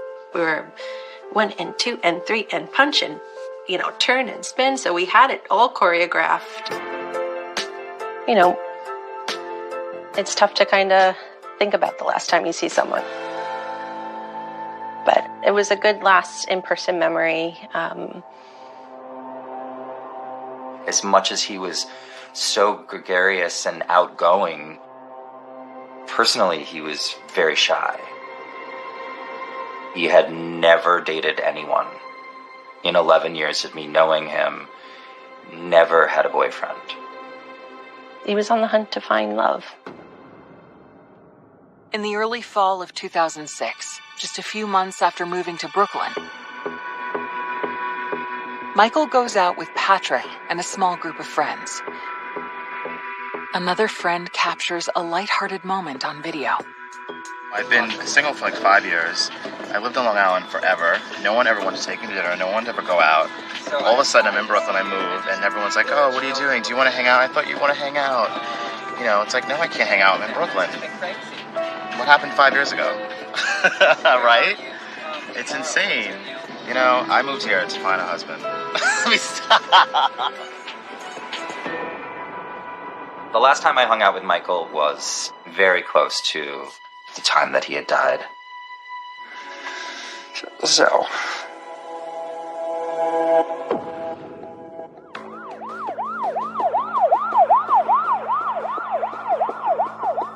On the evening of October 8th, 2006, numerous calls come into 911 stating that someone's been struck by a vehicle on the Bell Parkway. It's 10 p.m., and the scene is a dark section of the highway near Sheepshead Bay, Brooklyn, in an area known as Plum Beach. That car never stopped. It was a hit and run. Very serious car accident. From injuries, he's unconscious. The victim, a young black male gravely injured but still clinging to life, is rushed to Brookdale Hospital. We have a victim. We don't know who he is. We don't know necessarily how he got there. Now we have to figure out why this occurred. Investigators question witnesses at the scene. This incident occurs at night when it's dark and everyone's vision is limited. No one really has a good description of the vehicle and or the license plate. Police search the area and soon make a crucial discovery. They come across a vehicle that's parked in a parking lot across the highway. The car was still running. Police recover a photo ID from the vehicle. It's an unmistakable match with the man gravely injured on the parkway. And through the documentation that they find, they come to find out that this vehicle is owned by a young man by the name of Michael Sandy. So we have a victim, we know his address, and we wanted to know why he would have driven from Williamsburg to the other side of Brooklyn at night in the dark. Plum Beach is just a dead stretch of sand, kind of a weeded beach where nobody really takes the sun. And it's just a quiet little stretch of beach. So something's not adding up here. What's going on? Later that night, some eyewitnesses reveal a disturbing detail.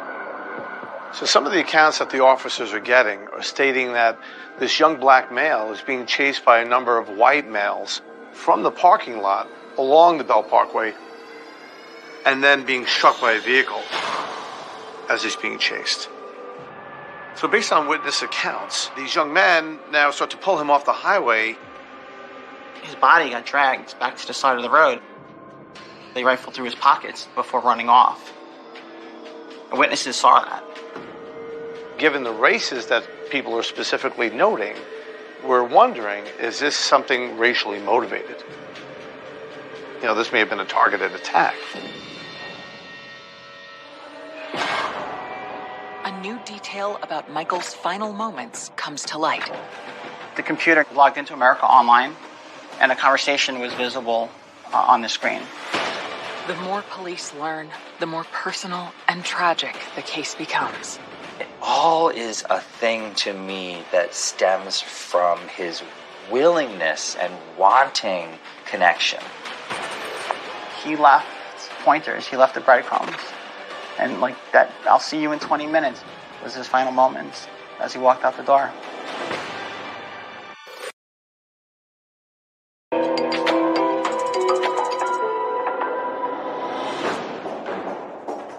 Eyewitnesses tell police they saw Michael Sandy being chased by several unidentified white men alongside a New York City highway before he was struck by a hit-and-run driver. Hours later, in the early morning, Michael lies in a coma at Brookdale Hospital in Brooklyn. He's unconscious, so he can't speak to us to tell us how this all went down. Meanwhile, word of the shocking incident is slowly spreading among Michael's loved ones. I got a phone call, and I don't believe anyone knew the full details. I didn't really receive any information other than the fact that he was in the hospital on life support. One of my good friends called and he said Michael was in a pretty severe accident. Like, I just felt my whole body fall to the ground hearing that. Then you started seeing it on the news.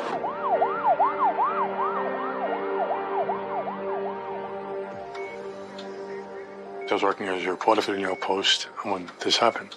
We were told that he was still alive, he was in critical condition, and he was unable to communicate to police exactly what happened. We're talking to the family, kind of getting a clearer picture as to who Michael is. Yeah, they find out that Michael is 28, soon to be 29-year-old male, and he was an interior designer, and was just a super nice guy. Probably had zero enemies. And we wanted to try to figure out why he may have suddenly found himself in a conflict with other people. When I was at the hospital, his parents were just desperately trying to find any resource and help that they could. It wasn't until I spoke with Mr. and Mrs. Sandy to really know the severity of the impact they were holding up. They had wonderful support with their family, but it was hard to see them hurting the way that they were. We were able to see him, and he looked rough.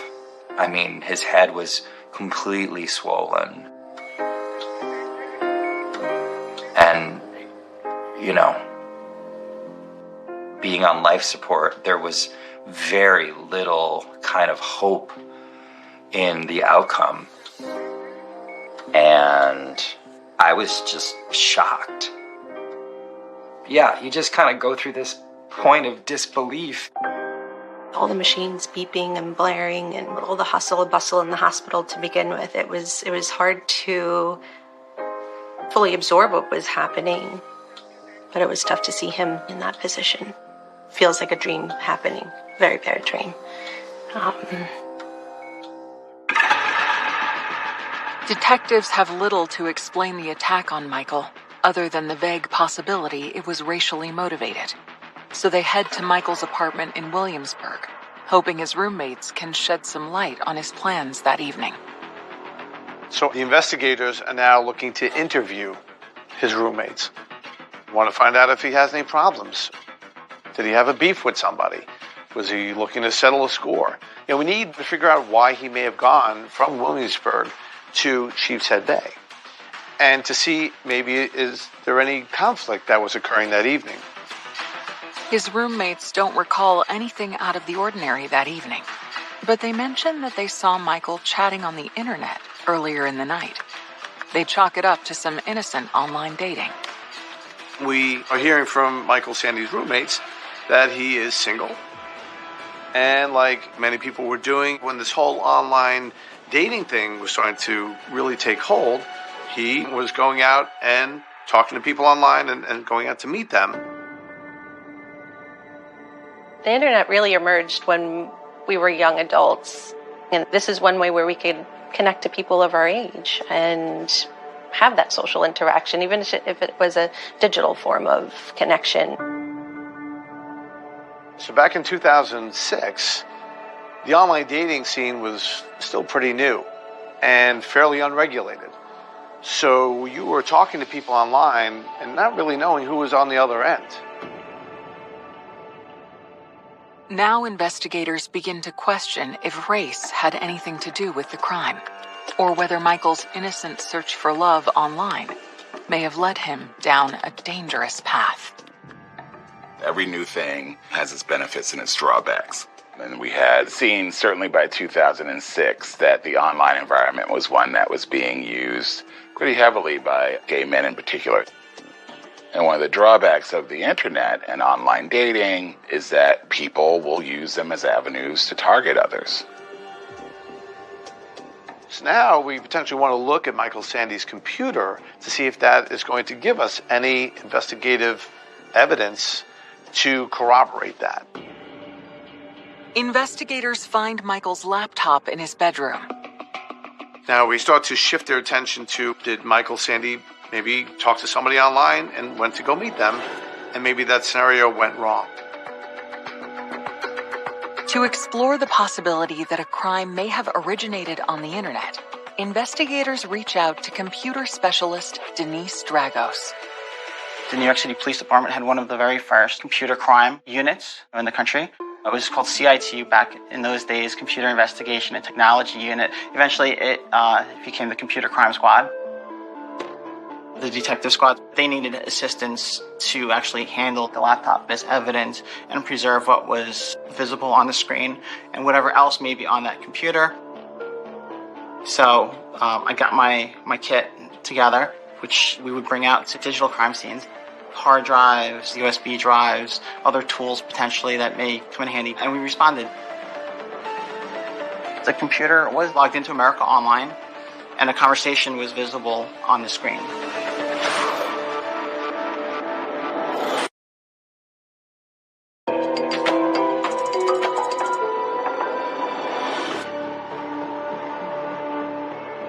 City police believe a computer chat may have lured Michael Sandy into an attack. As Michael lays gravely injured in the hospital, NYPD computer specialist Denise Dragos discovers that Michael's computer is still logged into a chat room on America Online.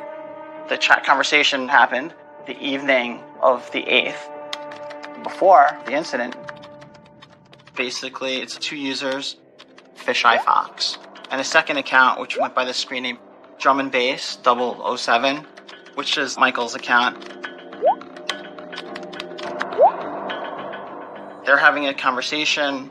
They're talking about potentially smoking marijuana together And, they say how old each of them are, what they look like. So in the initial conversation that Michael Sandy's having with this fish-eyed fox, they agree to meet up. They talk about meeting up in Plum Beach, Brooklyn, which is where he is struck by a vehicle.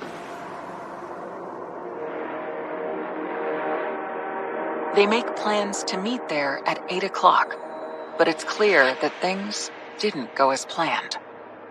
So searching through Michael's AOL chat history, when they meet up, Fish-Eyed Fox is not alone. There are other people around, which makes Michael Sandy feel uneasy. So he gets spooked and he leaves. By 8:45, Michael returns to the chat from his apartment in Williamsburg. He goes back to his computer, and Fish-Eyed Fox is saying, hey, what happened to you, and why'd you leave? And Michael Sandy says, well, I thought we were meeting one-on-one, and there were other people around, so it just felt weird, so I left. And now Fish-Eyed Fox is trying to convince him, oh, yeah, I don't know who those guys were, or, we can just meet one-on-one, it'll just be the two of us. So come on back out, and we'll meet up again.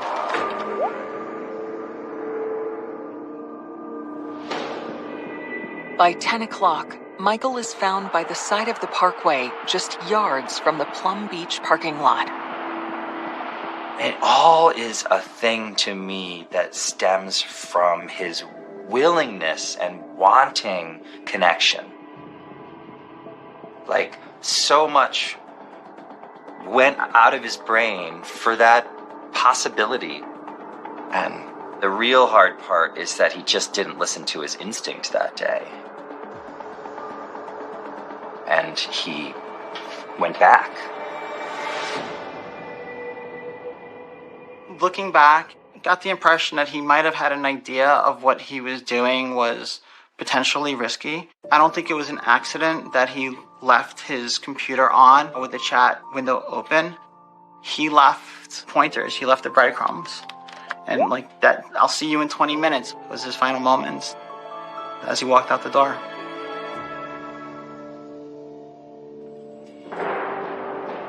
Police now believe this online chat between Michael and Fish-Eye Fox is a key piece of evidence, and they're hoping it may lead them to a suspect. We started doing live system analysis at the time, just to preserve the information that was there. So even without touching it, did little old school pictures, traditional pictures of it, just to make sure that even if it crashed, at least we had that. We were running special software on the machines, which copied out all of the system memory to an external drive. So that in that case, we were able to get a lot of information and preserve it forensically in real time. For investigators, it's now imperative that they track down the man Michael was chatting with, who goes by the screen name Fish-Eye Fox. But due to privacy laws, that will require a court order. You have to remember, back in 2006, the internet was a very different place. Some of these social media companies were not necessarily forthcoming with information about their clients.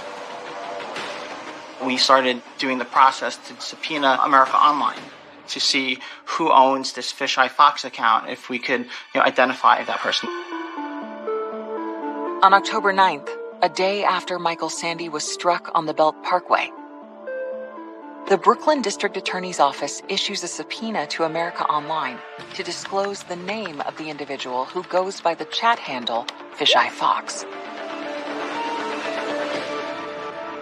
So in the investigation, we come to find out that Fish-Eyed Fox is a screen name that is owned by someone by the name of John Fox, who has an IP address that comes back to Brooklyn. And thus, the investigators now go to that address in Brooklyn where the ping of this IP address is coming back to. The address on Brigham Street is just a few blocks from Plum Beach in Sheepshead Bay, Brooklyn, where Michael was struck. It was a row houses on this block on Brigham Street. We pretty much set up a surveillance operation with numerous detectives in different cars. And as all the teams are sitting there, somebody shows up at that house and walks up to the front gate. All of the police cars, come screeching up and the detectives jump out and approach the individual. We identified ourselves as being detectives, NYPD. And he says, "What's going on, guys?"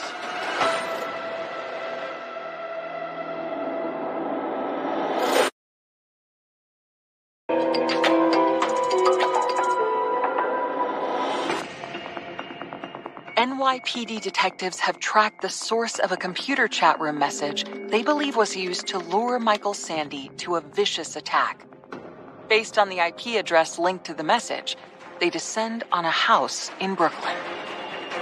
The gentleman lived at that address. He said, "I just got off work. Can I help you guys?" So we asked him his name. The chat room message was from a user called Fisheye Fox, who police have identified as John Fox. But that is not the man's name. And there's no one named John Fox who lives at his address. So that was a little bit of a pucker moment. Like, oh crap. We asked, "Do you have internet service?" He goes, "Yeah, as a matter of fact, I just got a new router." So we're like, "All right, can we come inside and talk to you about a situation?" He says, "Yeah, come on inside."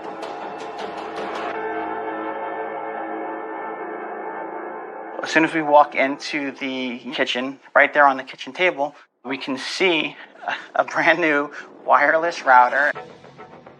So new that no security has been set up on it yet. Detective Dragos realizes that means anyone could have tapped into this internet service. And a quick check reveals her theory to be correct. It appeared that now we had a rogue device on this wireless network. The homeowner just had a new router and it wasn't secured and was logged into surreptitiously by this Fisheye Fox user. Detective Dragos knows that if the rogue device is logged into this router, it must be close by, within range of the Wi-Fi signal. All right, well, where are they? They have to be within a stone's throw. So let's try and figure out where they are right now. So I'm like, I can try to talk to them and stir the pot and see what happens. So I have an undercover account and I'm like, "Hey, what's up?" It was just a shot in the dark to see, if I could figure out where the heck this computer was. I get a response from Fisheye Fox. So now I'm talking to Fisheye Fox myself. And so I'm like, "Hey, what's going on? How you been? When are we getting together?" And he's, "I'm back at school." So we're confounded right now. Detective Dragos reaches out to her contact at America Online, who is able to determine that John Fox, aka Fisheye Fox, is now chatting from a different location entirely. And we're like, "Well, what's this other location?" And they said it goes back to SUNY Maritime, which is State University of New York Maritime College, which was a college, in the Bronx. A check with the campus security office reveals there is a sophomore enrolled at SUNY Maritime, named John Fox. It was after midnight, I'm sure, at that point. And basically, we all responded in a caravan from that location. Everybody drove out to the Bronx to go and talk to John Fox.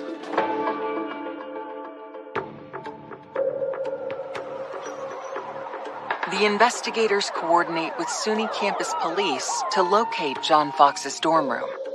It's 1 a.m. in the morning, and now you're going to talk to someone whose part in this whole thing is still unclear. We do know that John Fox is connected to the screen name that Michael Sandy was talking to. So everyone's antennas are up. When the 19-year-old student comes to the door, he appears surprised, but his demeanor is calm. So the investigators are now talking to John Fox at his dorm, and they're asking him, "What was your weekend like?" And he proceeds to tell them, "Well, I was just hanging out with some friends, and we were just drinking some beers, just chilling out for the weekend, just a few friends having a good time." During this interview, John Fox starts to get nervous. and his answers start to contradict themselves. This is going from an interview turning into an interrogation. John Fox agrees to accompany the detectives to the 61st Precinct in Brooklyn. John Fox is saying in his statement that he and Anthony Fortunato and Gary Timmons and the Russian kid, Alex, are hanging out by a local deli. They decide to go back to the house where John Fox logs into the computer. And he admits that Fish-Eyed Fox is his screen name, but that his friends must have been using his screen name to have a conversation, because he knew nothing about this conversation. But then he starts to turn around and say, well, we were just looking to have a little fun. What does that mean? What does it mean that we're looking to have a little fun? And he starts to basically incriminate himself. And he claims Anthony Fortunato is the one who sort of hatched this scheme to go into a gay chat room, talk with someone who's looking to meet up with another man, and then meet up with that person to rob them under the assumption that the gay man won't go to the police. The reality that some folks actually feel a certain amount of shame, and so they would be less likely to report. They would be less likely to make a complaint. It was a very powerful set of facts. There was something particularly chilling about how this man was lured out to his death, basically. It could have been anyone. They weren't looking for a black man, they weren't looking for a white man, they were looking for a victim. And unfortunately, they chose Michael Sandy.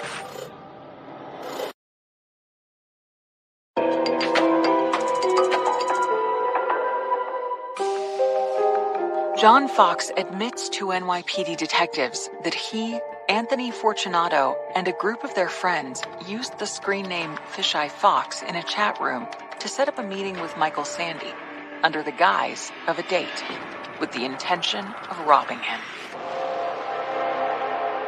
So they met on the street. John Fox and him had a brief conversation, and Fortunato and then a couple of their other friends actually were in the area. So Michael got spooked. His spidey sense was tingling. He left. All was good. Detectives believe that while Michael returned home, John Fox and his friends didn't want to give up. They start drinking beers again, and they say, oh, maybe we can find somebody else. In the interim, Michael reaches back out. I said, hey, I just want to hang out with you. I don't want to do a group thing, so let's just me and you hang out. So John was like, all right, cool. We'll do that. So he came back.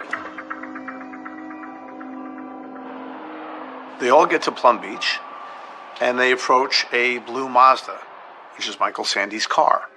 Alex starts to assault Michael Sandy. Michael Sandy breaks away from the assault, and they start to chase him. Where was he going to go?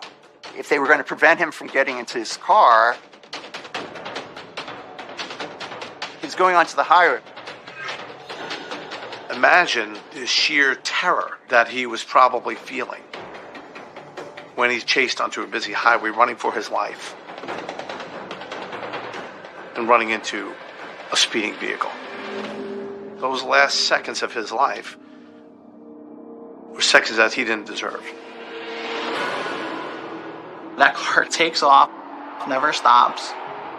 And then the men, they drag him to the side of the road. One of them goes into his pockets, empties everything, and they take off. John Fox, he says they all fled the scene, and then they all went back to the house, and they were all shaken up by this whole scenario.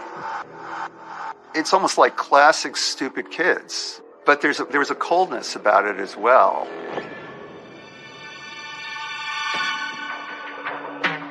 Police begin to investigate the friends John Fox says took part in the scheme. And when they learn the home address of Anthony Fortunato, the pieces of the puzzle start to come together. Fortunato's house is next door to the Brooklyn home the detectives visited the night before, where a rogue computer was logged into the Wi-Fi. So they go to Anthony Fortunato's house to talk to him, and he claims, yeah, I'll come talk to you. I'm just going to get a lawyer and I'll come down to the station to talk to you guys. But Fortunato never shows up at the precinct as promised. Then suddenly we get a call from his mother stating that, well, Anthony can't come talk to you because he's in the hospital. He tried to kill himself.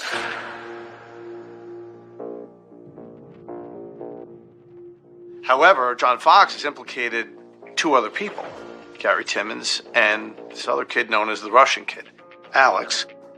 So the investigators looking through MySpace with the information given to them by John Fox find out Russian kid's true identity is now revealed by someone by the name of Ilya Shurov.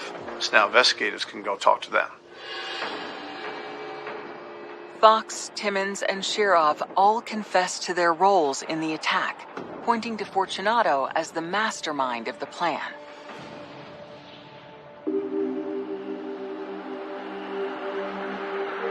Meanwhile, at Brookdale Hospital, Michael Sandy's family is facing a terrible choice.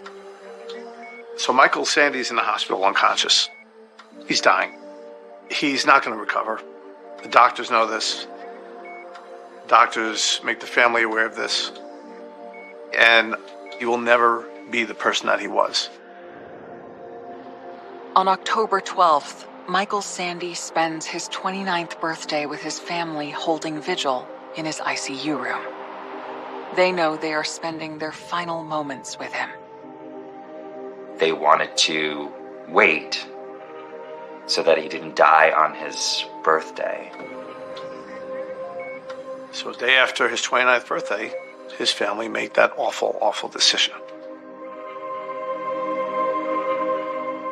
I received a call from Mrs. Sandy and said, we took Michael off life support.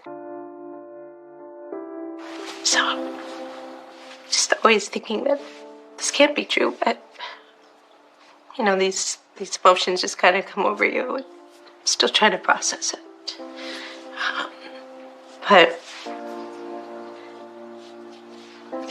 you kind of go through those moments when you can and be supportive for the family. But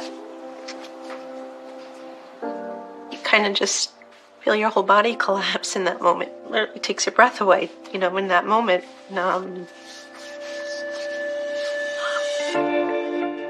You need to let him go. You feel robbed. You really, especially when it comes with an act that has such malice for anything of joy and life and love.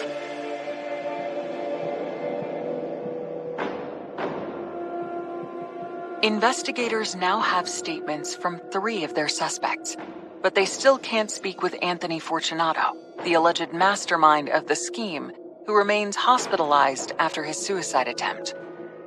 While they wait for his condition to improve, they execute a search warrant at his home.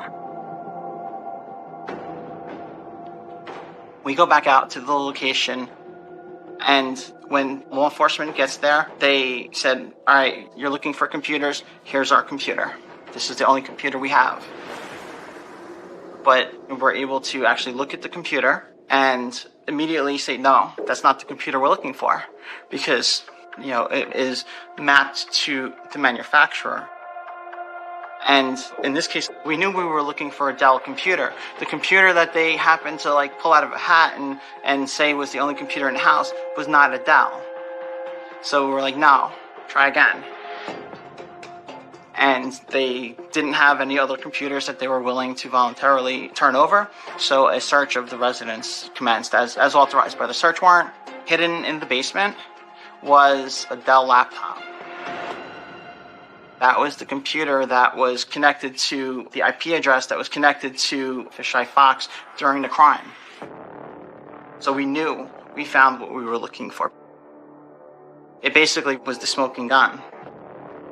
By the time Fortunato is released from the hospital, Kings County prosecutors are prepared to act. They now have everything they need to file charges of attempted robbery and manslaughter, but they're also considering a unique enhancement to the charges that's rarely been tried before. This was a real social problem that people were being targeted as victims of a crime because they belonged to certain groups. And in this case, they were looking to select a gay person, and that's what they did. That is the element that establishes the hate crime.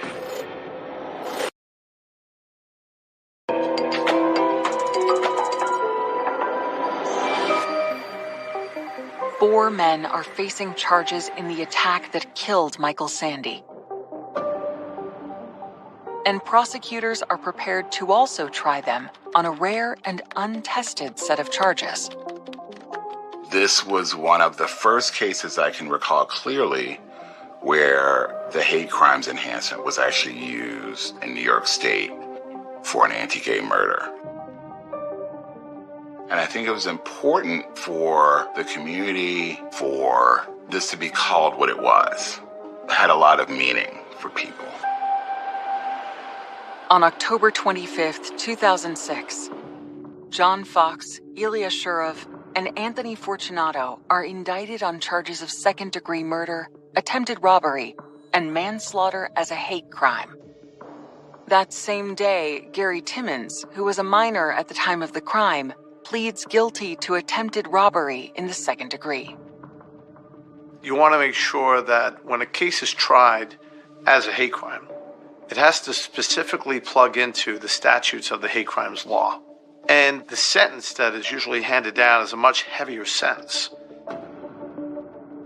But as the date of trial approaches in October 2007, nearly a year to the day from the attack on Michael at Plum Beach, Anthony Fortunato's attorney mounts a stunning defense to the hate crime charges. Fortunato tried to pull a rabbit out of the hat and said it can't be a hate crime because he came out of the closet himself.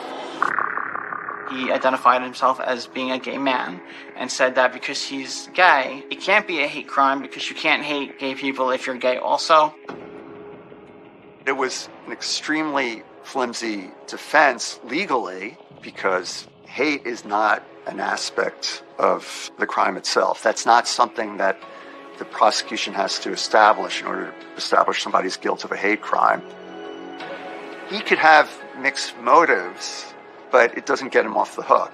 From the get-go, the whole plan was based on targeting a gay person.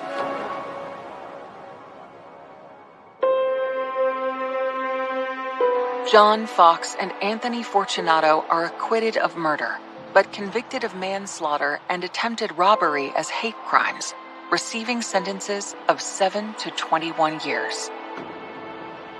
A month later, Ilya Shurov pleads guilty to the same charges and receives a sentence of 17.5 years. Gary Timmons, who testifies as a prosecution witness, receives a 4-year sentence. When they were found guilty, it was a natural release to have some vindication, but I don't know about the justice part. I absolutely cannot say as to whether or not justice was served in this case. Maybe it's for Michael's parents to answer that question, for Michael's soul or spirit to answer that question, even in an odd way for his perpetrators to answer that question. Because I would have a hard time feeling that justice were served if they did not come to understand the gravity and tragedy of what they did. This case sort of impacted me on a personal level. Back in 2006, I was a single gay man on the internet, talking to people and meeting up with people. For all practical purposes, I could have been Michael Sandy.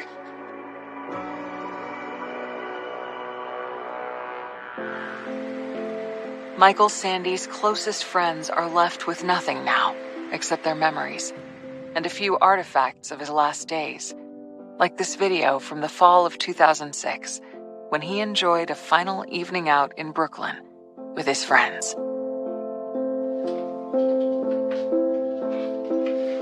Can I put my glasses on? I've been single for 5 years. I lived on Long Island forever. No one ever wanted to take me to dinner. No one to ever go out. You know, I moved here to find a husband. Stop. That is too much. You heard his laugh. You know, I moved here to find a husband. Stop.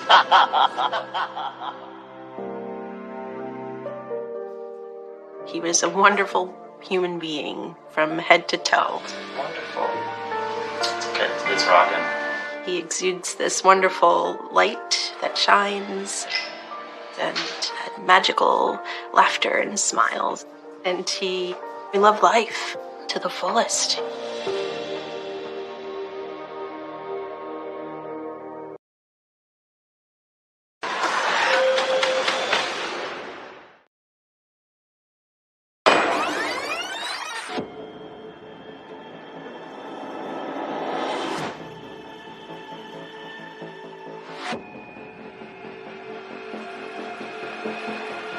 It's the last time you see pictures of all of the family together.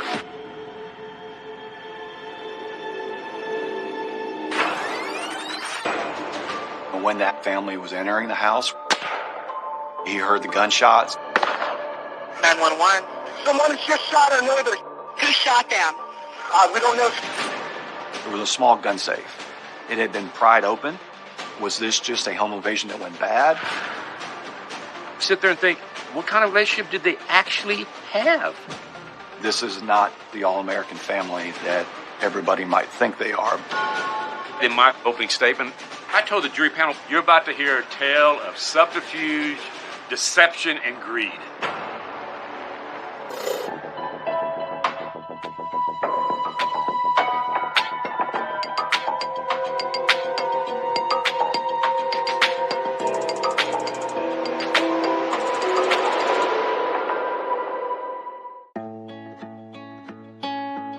December 2003, Sugar Land, Texas. Kent and Tricia Whitaker and their two sons, Bart and Kevin, have called this affluent suburb home for more than a decade. It's a perfect fit for their upscale lifestyle. Sugar Land was an amazing place to grow up. It was a community focused on faith, focused on friendships, relationships, a really tight-knit community. The Whitaker family was a pillar in the community. I attended a private school there in Sugar Land, and Kevin did too, and we were fast friends. The Whitaker family did so much together, whether it be fishing trips or camping trips, times on the lake. Kent and Tricia maintained that really sweet closeness with their kids and that high level of trust and communication. They love to experience life as a family. I was the Whitakers' next door neighbor. They were very normal, kind, empathetic people. They seemed not troubled, unburdened. Life is good. That was my general vibe.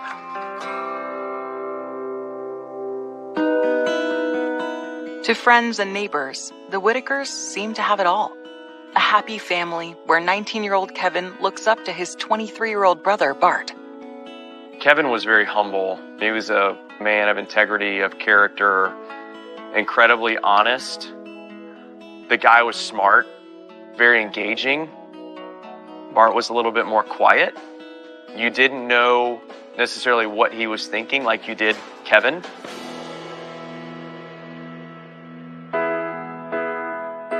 Kent Whitaker is the co-owner of a thriving construction company. A hard worker, his financial success means he can provide his family with everything they might want. His wife, Tricia, is a dedicated part-time elementary school teacher. She loved and knew every kid in every class every single year. And the interesting part was that she didn't have to work, right, because of Kent's job. But it told you a lot about her heart.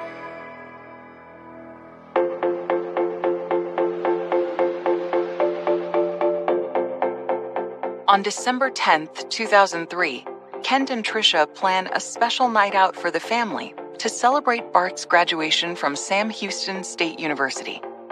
At dinner, they present their son with a $4,000 Rolex watch as a graduation gift. I know what a Rolex costs, and he bought a Rolex as a graduation gift. That's not an everyday thing. Kent is a proud dad and takes photos so they'll have a permanent record of Bart's achievement.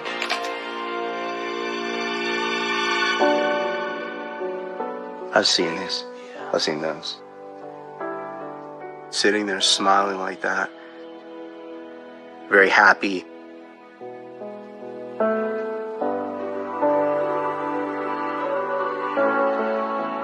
It's the last time you see pictures of all of the family together.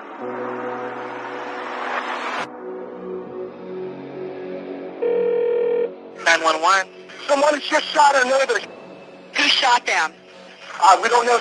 I was there when they died. That was real, and I can't necessarily make sense of what I saw that night. I was sitting at my computer. I heard gunshots. I immediately dart out the front door. I get about midway down our sidewalk, and I see Kent Whitaker laid on his back. You could see his body lit up by their front porch lights. And he was saying, Brandon, we've been shot. Call 911. What kind of injuries do they have? I don't know. They just been shot.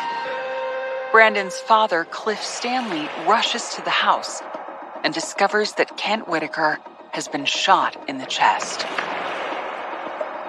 My dad runs out and starts rendering aid.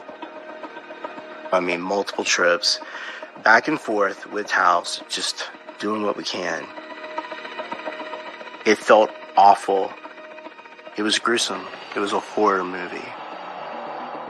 While police race to the scene, another 911 call comes from inside the Whitaker home.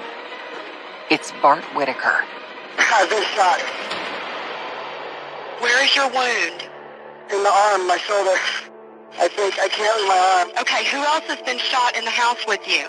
It's my mom and my dad and my brother. Oh, God, I can't. I need you to hang on, Bart. I've got help on the way, okay? Do you know who shot you? No. Dark in here.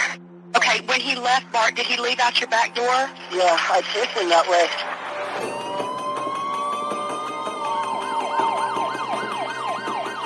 When I arrived on scene, it was very chaotic. There was ambulances, there were multiple police cars, fire trucks, a helicopter. When detectives arrive at the Whitaker home, they find Kent Whitaker hanging on to life.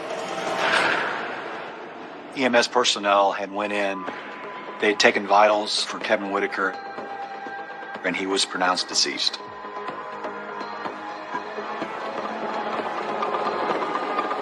Patricia Whitaker was flown by helicopter to a Houston hospital, and we were told she died en route to the hospital. Bart Whitaker had been shot. He was being medically treated by EMS. 2 people were shot. Another 2 people were dead. So we knew within the first hour that it was a double murder.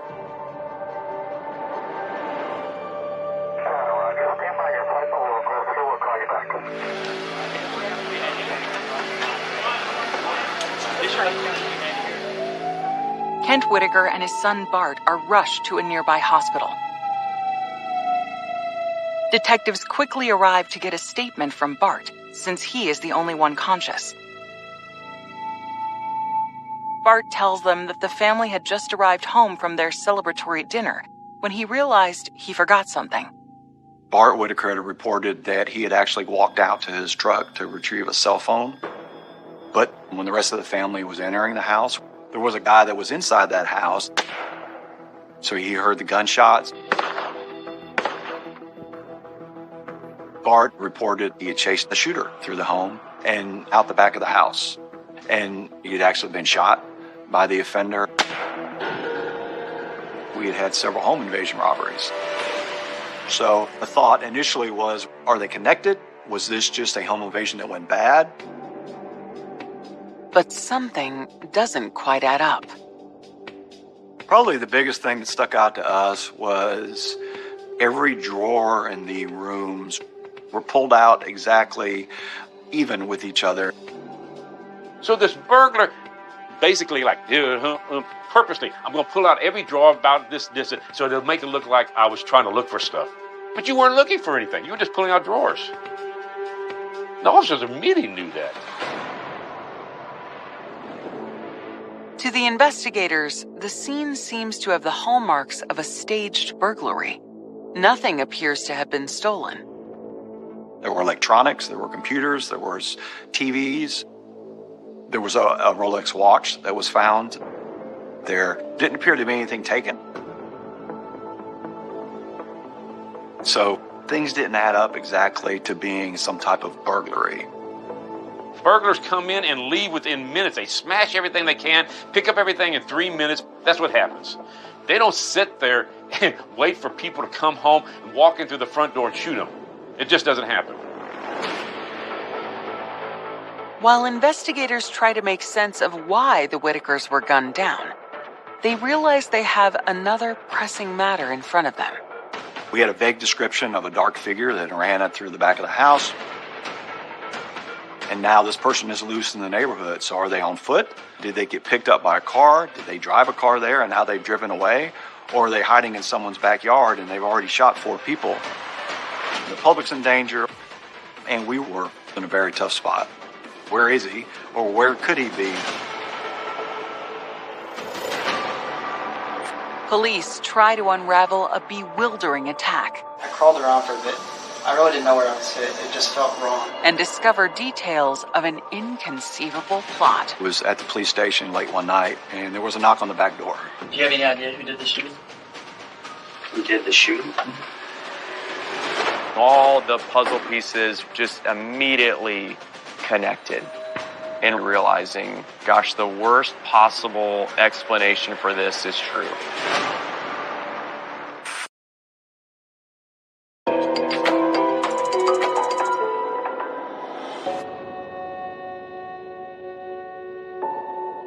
As police in Sugar Land, Texas begin investigating the shooting at the Whitaker home, news travels fast in the tight-knit community. I got a call from a friend. He's like, hey, there's been an incident. There's been a shooting. It was Kevin who had passed away, and Trisha had passed away as well. It was the most horrendous thing possible. And so at that moment, there's so much happening, you can't reconcile anything. You can't process, you can't grieve. It's just all hell's broken loose. December 10th, 2003 was a day that is burned in my memory.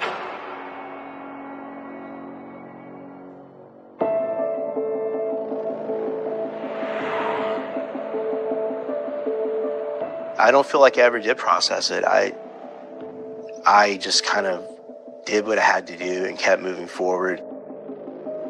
It was just shocking. Sugar Land is incredibly safe. It's the kind of place where you don't even hesitate to take a walk at 3 a.m. They definitely made me more aware of my surroundings, of what's capable from people. You know, the first question is what happened? What went down? And then why?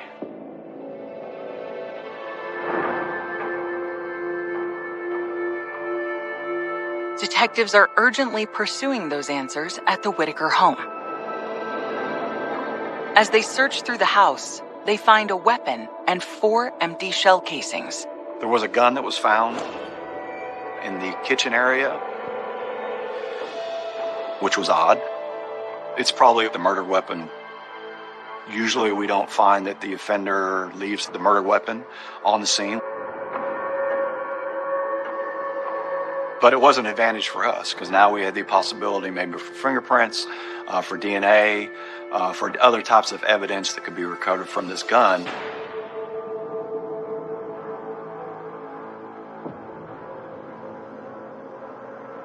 In one of the upstairs rooms, nothing in that room appeared to be touched at all, except for there was a small gun safe. It had been pried open. You could see pry marks around the frame. It was empty. The gun safe was a small little box, maybe a foot by foot, tucked into a hidden area. Whoever did this knew what to look for and knew what was in the safe.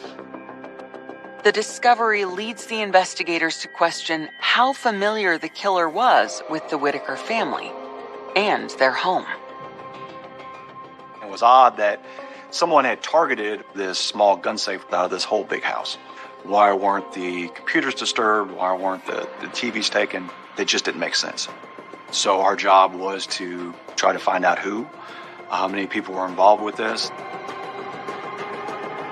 Most people are killed by people who know them. 78, 80%. It's very strange you have stranger and stranger. It just doesn't occur that much.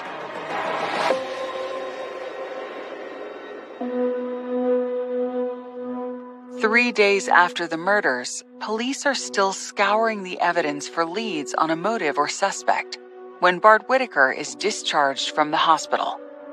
His father, Kent, is still in intensive care.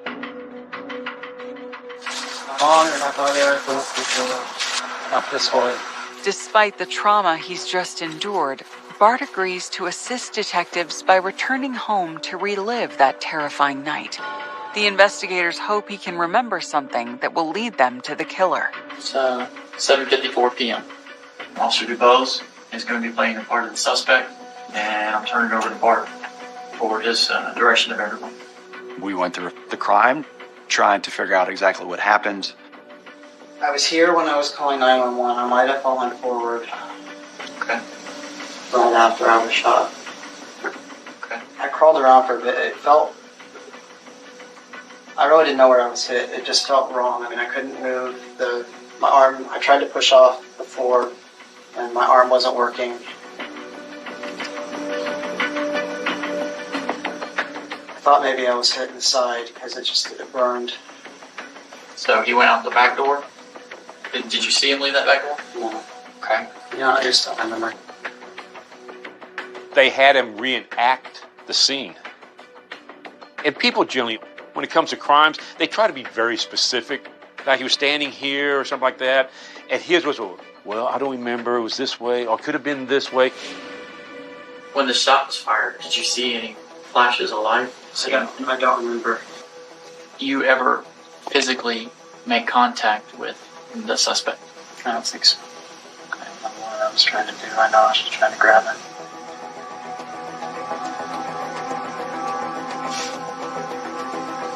I think I got to him. He was very vague about things you'd think he would remember. At that point, we had no leads. We had just a family of 4 that had been shot, 2 that were deceased. They came home at the wrong time, in the wrong place. That's the story that you typically hear, right? That's the initial reaction. It's just incredibly unfortunate, right? How does this even occur in Sugarland?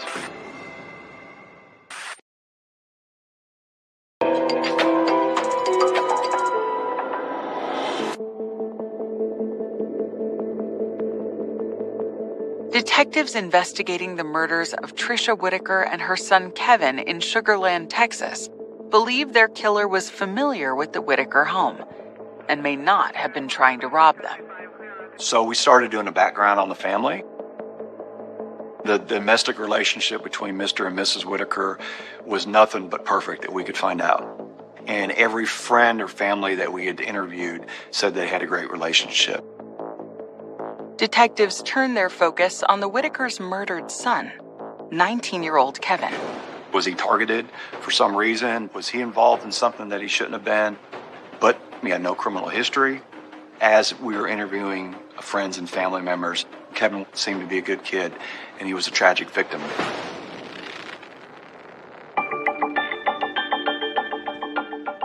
Detectives also take a closer look at the other Whitaker son, 23-year-old Bart, who was wounded in the attack and is their primary witness.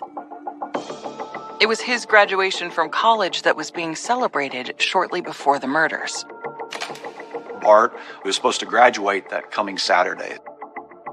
So we contacted Sam Houston State University. and we were told he wasn't graduating. As a matter of fact, he was a freshman as far as their academic rating, and he had like a 1.4 GPA. So we had a story that he was giving us that wasn't matching reality. He was lying about going to school for the past 3 years. And so they zeroed in on him. It sure seemed at the time it was too coincidental that this big family event had occurred, and then they get home from this event, and they're all shot. So was Bart involved with what had happened? Was he not involved? We had to gather evidence.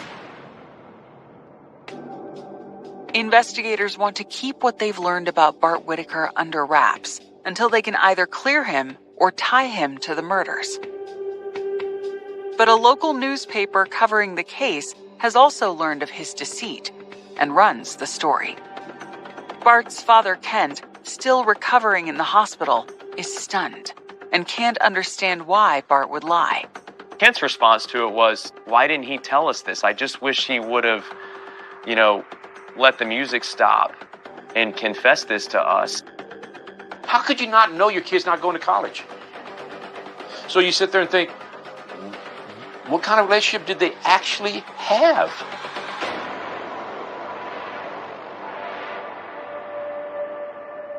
Six days after the murders of his mother and brother, Bart and his father joined more than 1,000 friends and family at the funeral.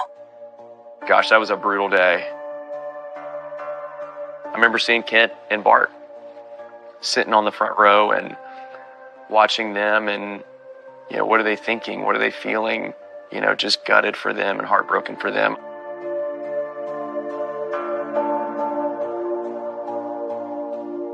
We had multiple detectives that were there. We had actually had some recording devices that were placed around the area because there could be comments made. Because sometimes the parties involved go to the funerals, but we didn't find anything at all.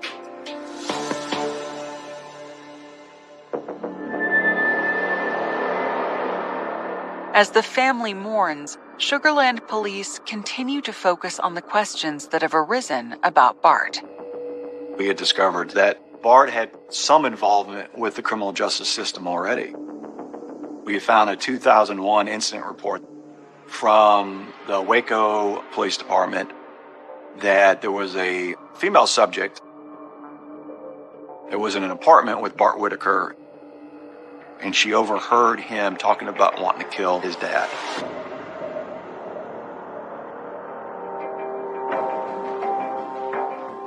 We had an officer that actually went out to the house. It was early in the morning and made contact with both Mr. and Mrs. Whitaker and told them why he was there.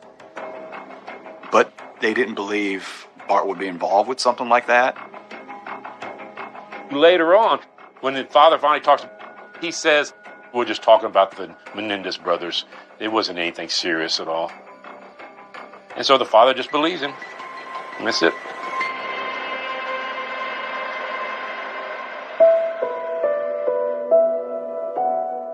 In the days after the murders, life seems to return to some semblance of normalcy for Bart and his father, at least from the outside.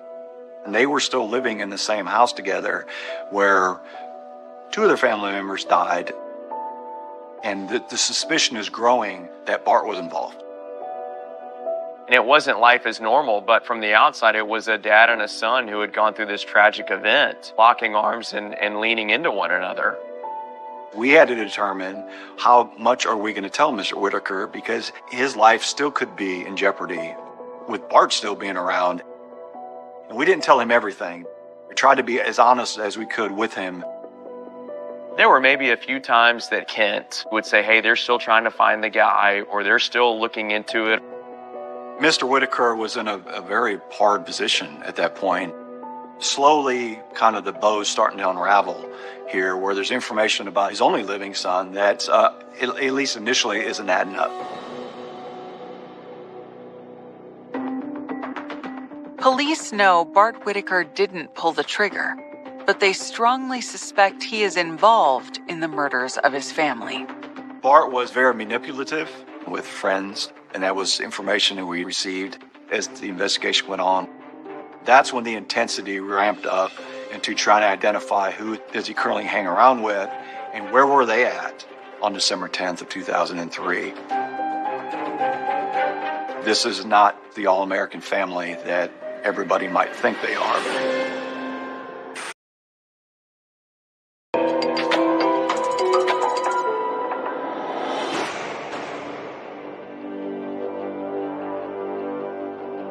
Detectives in Sugar Land, Texas suspect Bart Whitaker knows more than he's saying about the murders of his mother and brother, and in fact, may be involved in the crime. But they have been unable to find any solid evidence supporting their suspicions.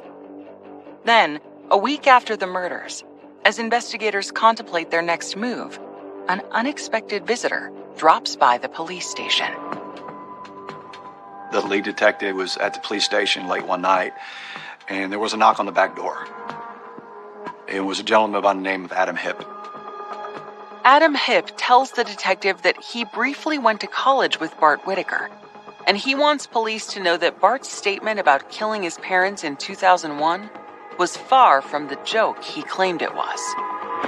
He said, listen, Bart Whitaker talked to me about killing his family before, back in 2001.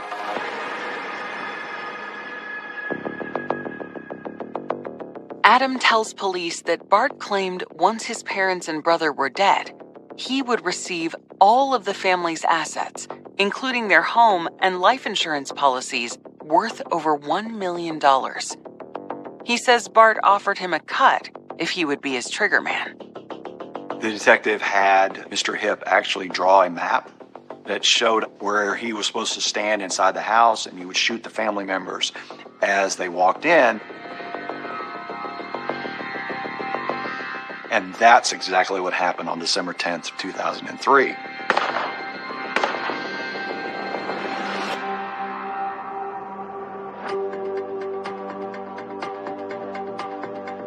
Adam Hipp started working for us.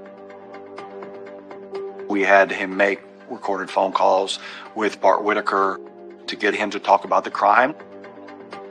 Detectives coach Adam to tell Bart he knows he killed his parents, and then threaten to go to the police with this information unless he receives $20,000. And that's when Bart Whitaker says, yeah, I can pay you some money, basically. Bart never really came out directly and said, I did it, but there were enough indicators there.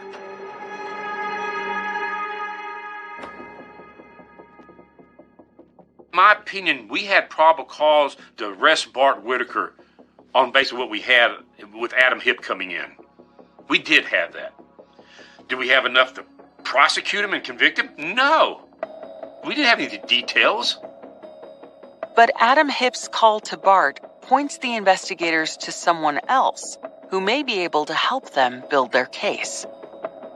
When Adam Hipp is on the phone, Bart Whitaker mentions Chris Brashear. And what is Bart Whitaker? Chris is going to keep his mouth shut.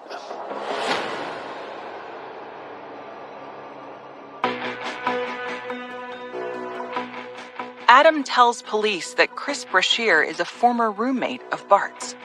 Detectives track down Chris and bring him in for questioning. Well, first of all, I appreciate you coming down. Yeah, man. After establishing the relationship between Bart and Chris, detectives hone in on the night of the murder. Do you have any idea who did the shooting? Who did the shooting? Yeah, any ideas at all? And I mean, it's a pretty gross incident to me. I mean, I wouldn't even know where to start. I mean, it's kind of a blunt question. Has Bart ever approached you about killing his family? Wow. He's never talked to you about that or anything like that? No. Never even joked around about it? No. So, did you go anywhere that night? Yeah. Where'd you go? Went to, what's that place? Hooters? Hooters? Yeah, that's right. And it was you and Steven? It was, yeah, Steven, his girlfriend, and myself, yeah. Investigators believe that Chris Brashear is lying to them. They learn that Steven is Steve Champagne, another former roommate of Bart's. And if Chris is providing Steve as a false alibi, detectives consider whether he might be involved as well.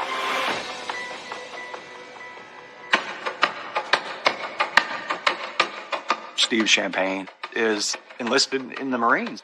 We're looking at cell phone records, financial records. So who is communicating with who?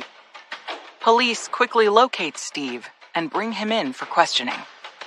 Now, they say they don't know anything about it. They denied anything. So at least that's where they start. Finally, as pressure grows, the story begins to change. I think Steve Champagne, his conscience finally got to him. Then he let out a little information about when maybe I was involved. Do you feel partly responsible? Oh, yeah. Steve Champagne changed his story and confessed.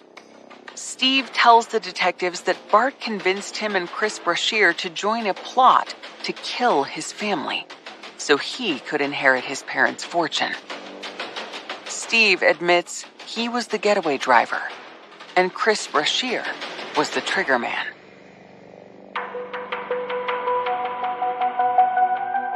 He had taken Chris Brashear over to the house, parked his car a street or two over behind the house. Chris hid inside the house and shot the family members as they walked in on December 10th of 2003. Did Chris say where he found the gun in the house? No, I remember hearing something about a safe or something like that, but I don't know for sure. Who do you think is the most responsible? Probably Chris for shooting him. I mean, Bart planning it, yeah. The big piece of information, evidence-wise, that Steve was able to provide to us is they had a bag that had a lot of evidence from the crime, walkie-talkies, water bottle, ammunition, that they tossed into Lake Conroe. This is a big lake, man-made lake. They throw that in there. Now, what would be the odds of somebody being able to find that?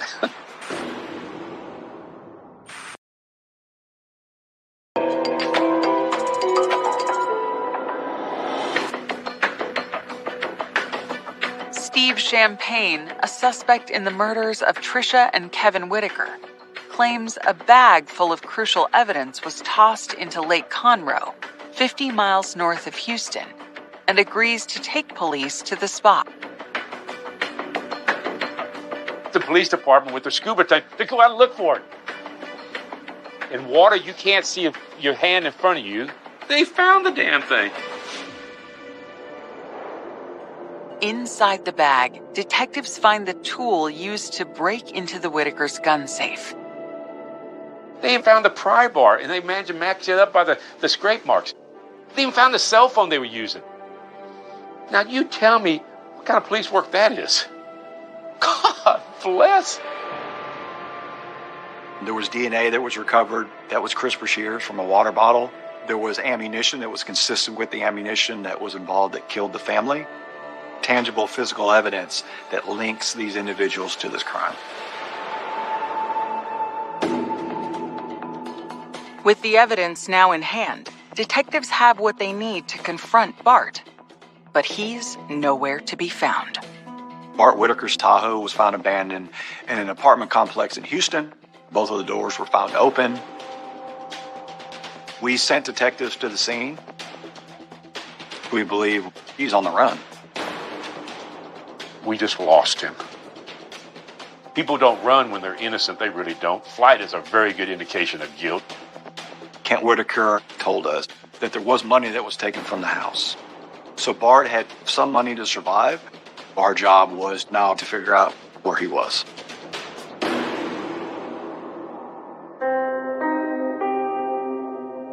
The news of Bart's disappearance is one more shock for his friends and family, already devastated by the murders. That was the big kind of aha moment, was when Bart left. So that's really when everything, all the puzzle pieces just immediately connected. And I realized, gosh, the worst possible explanation for this is true. It's too much to really break it down into a coherent single thought. Shock, disgust, and disbelief almost. that someone could plot and plan out something like this.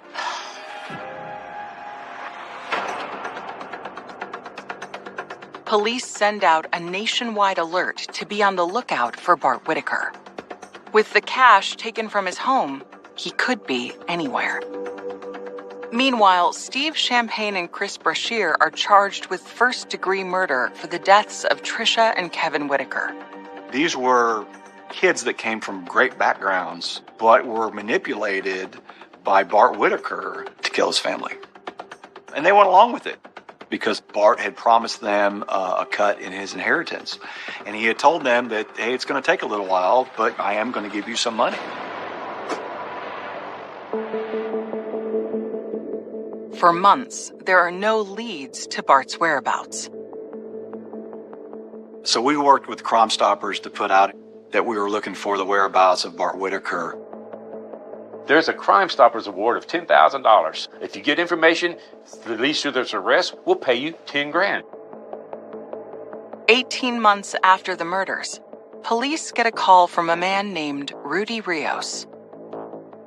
Rudy Rios said that he had known Bart Whitaker and he knew where Bart Whitaker was because Bart Whitaker had assumed his identity and he went to Mexico. Rudy Rios claims Bart paid him $3,000 to be transported to Mexico, and that Bart has been living there for more than a year. Bart Whitaker shacks up with a female and begins a relationship with her. Mexican officials agree to cooperate with American law enforcement. Almost 2 years after the murders, they track Bart down, and on September 24th, 2005, he is returned to the U.S. We call up Ken Whitaker and said that he's going to be getting out of Mexico, but there was no deals made whatsoever. They just got him out. Put him back here and put him in jail. We had already made a decision. The only person we were seeking the death penalty was the mastermind, Bart Whitaker. But Bart's defense attorneys work to thwart the possibility of a death sentence. At the heart of their strategy is Kent Whitaker. Mr. Whitaker did not want the state of Texas to put his son to death, which is usually just kind of a reverse of roles where the family wants the maximum. To forgive somebody of doing the most horrendous thing possible serves as a model of forgiveness. Something I think about all the time. His standard was, I believe he's changed, and I'm going to forgive him. My standard is, he hasn't changed, and you can't forgive him.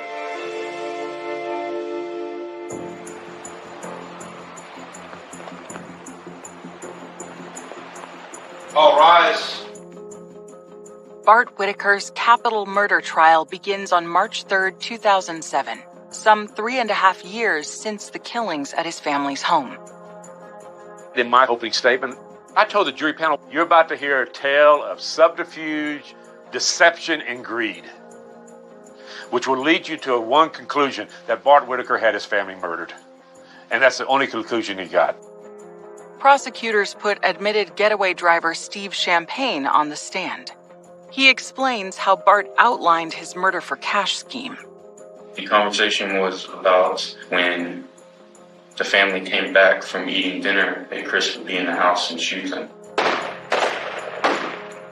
The jury hears that Bart staged a fight with the gunman, and they'd agreed in advance Bart would be shot in the arm to divert suspicion.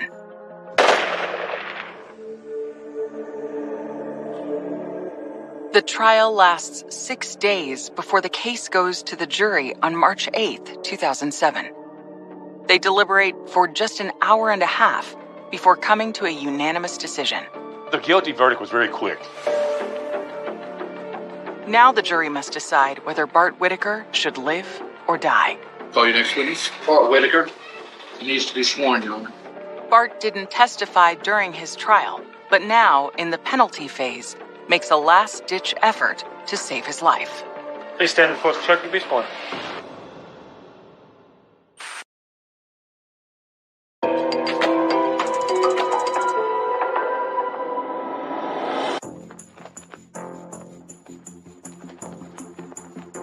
Bart Whitaker has been convicted of murdering his mother and brother.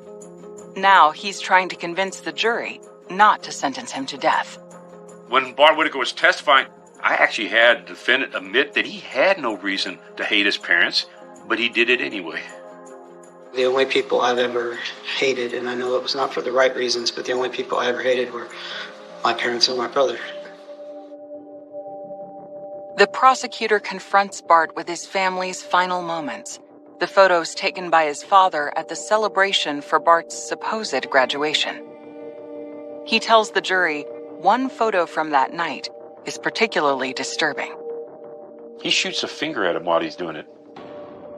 Now, some people don't make that much of it. I'm sitting there going, you understand something? He's shooting a finger at him knowing they're going to be dead. It's very chilling. The jury deliberates for 10 hours before sentencing Bart Whitaker to death. It's a hard question, and people have a lot of opinions about it because they're removed from it. But when you know the people and you've been involved with them, and definitely as intimately involved with this entire murder as I was, you see things a little different. Because I believe Bart should have received the death penalty.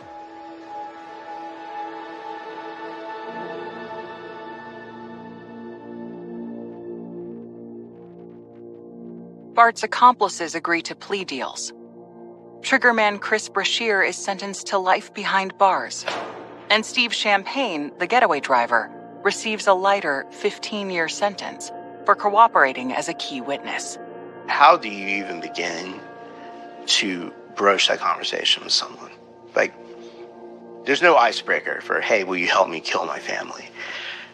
It's brought me to the conclusion that evil is real, very tangible, and it has a long plan behind it, and I truly think Bart was evil.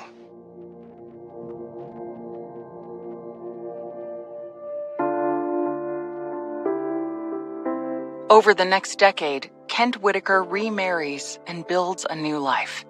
He continues to fight to get his son's death sentence commuted. Kent Whitaker never said he was okay with what Bart did. He always said he should be punished, okay? But he didn't like us seeking the death penalty. That was it. When Bart's appeals are exhausted, his execution is scheduled for 6 p.m. on February 22nd, 2018. Then, with just 30 minutes until Bart is set to die, Texas Governor Greg Abbott grants him clemency. And left, and I found on the news that they commuted to life. I'll never forget the night that the news came out. I never forget that moment of seeing Kent break down. Man, it was over a decade of emotions. For me, I was on the side of commuting the sentence. Should he ever see the light of day? Absolutely not. That's a no-brainer. One day, Kent's going to die. And Bart will have no one left fighting for him, talking to him, coming to see him. And he'll have to live the rest of his life suffering like that. So I think he would have gotten off easy with the death penalty in this regard. Trisha was gold. I find myself getting emotional thinking back to her. She cared for us. She loved us. She was invested in our lives. I miss Trisha dearly. I'm gutted that Kevin is gone. You know, Kevin was not a typical 16, 17, 18, 19-year-old, right? He wasn't a typical high schooler. He was always wiser than us. There was something in the yearbook our senior year. It was most likely to succeed, most athletic. His was who was the best, most humble, highest integrity human being, and it was Kevin. I started thinking about where would Kevin be now? I think that's what I still probably grieve, is not having that friendship for life.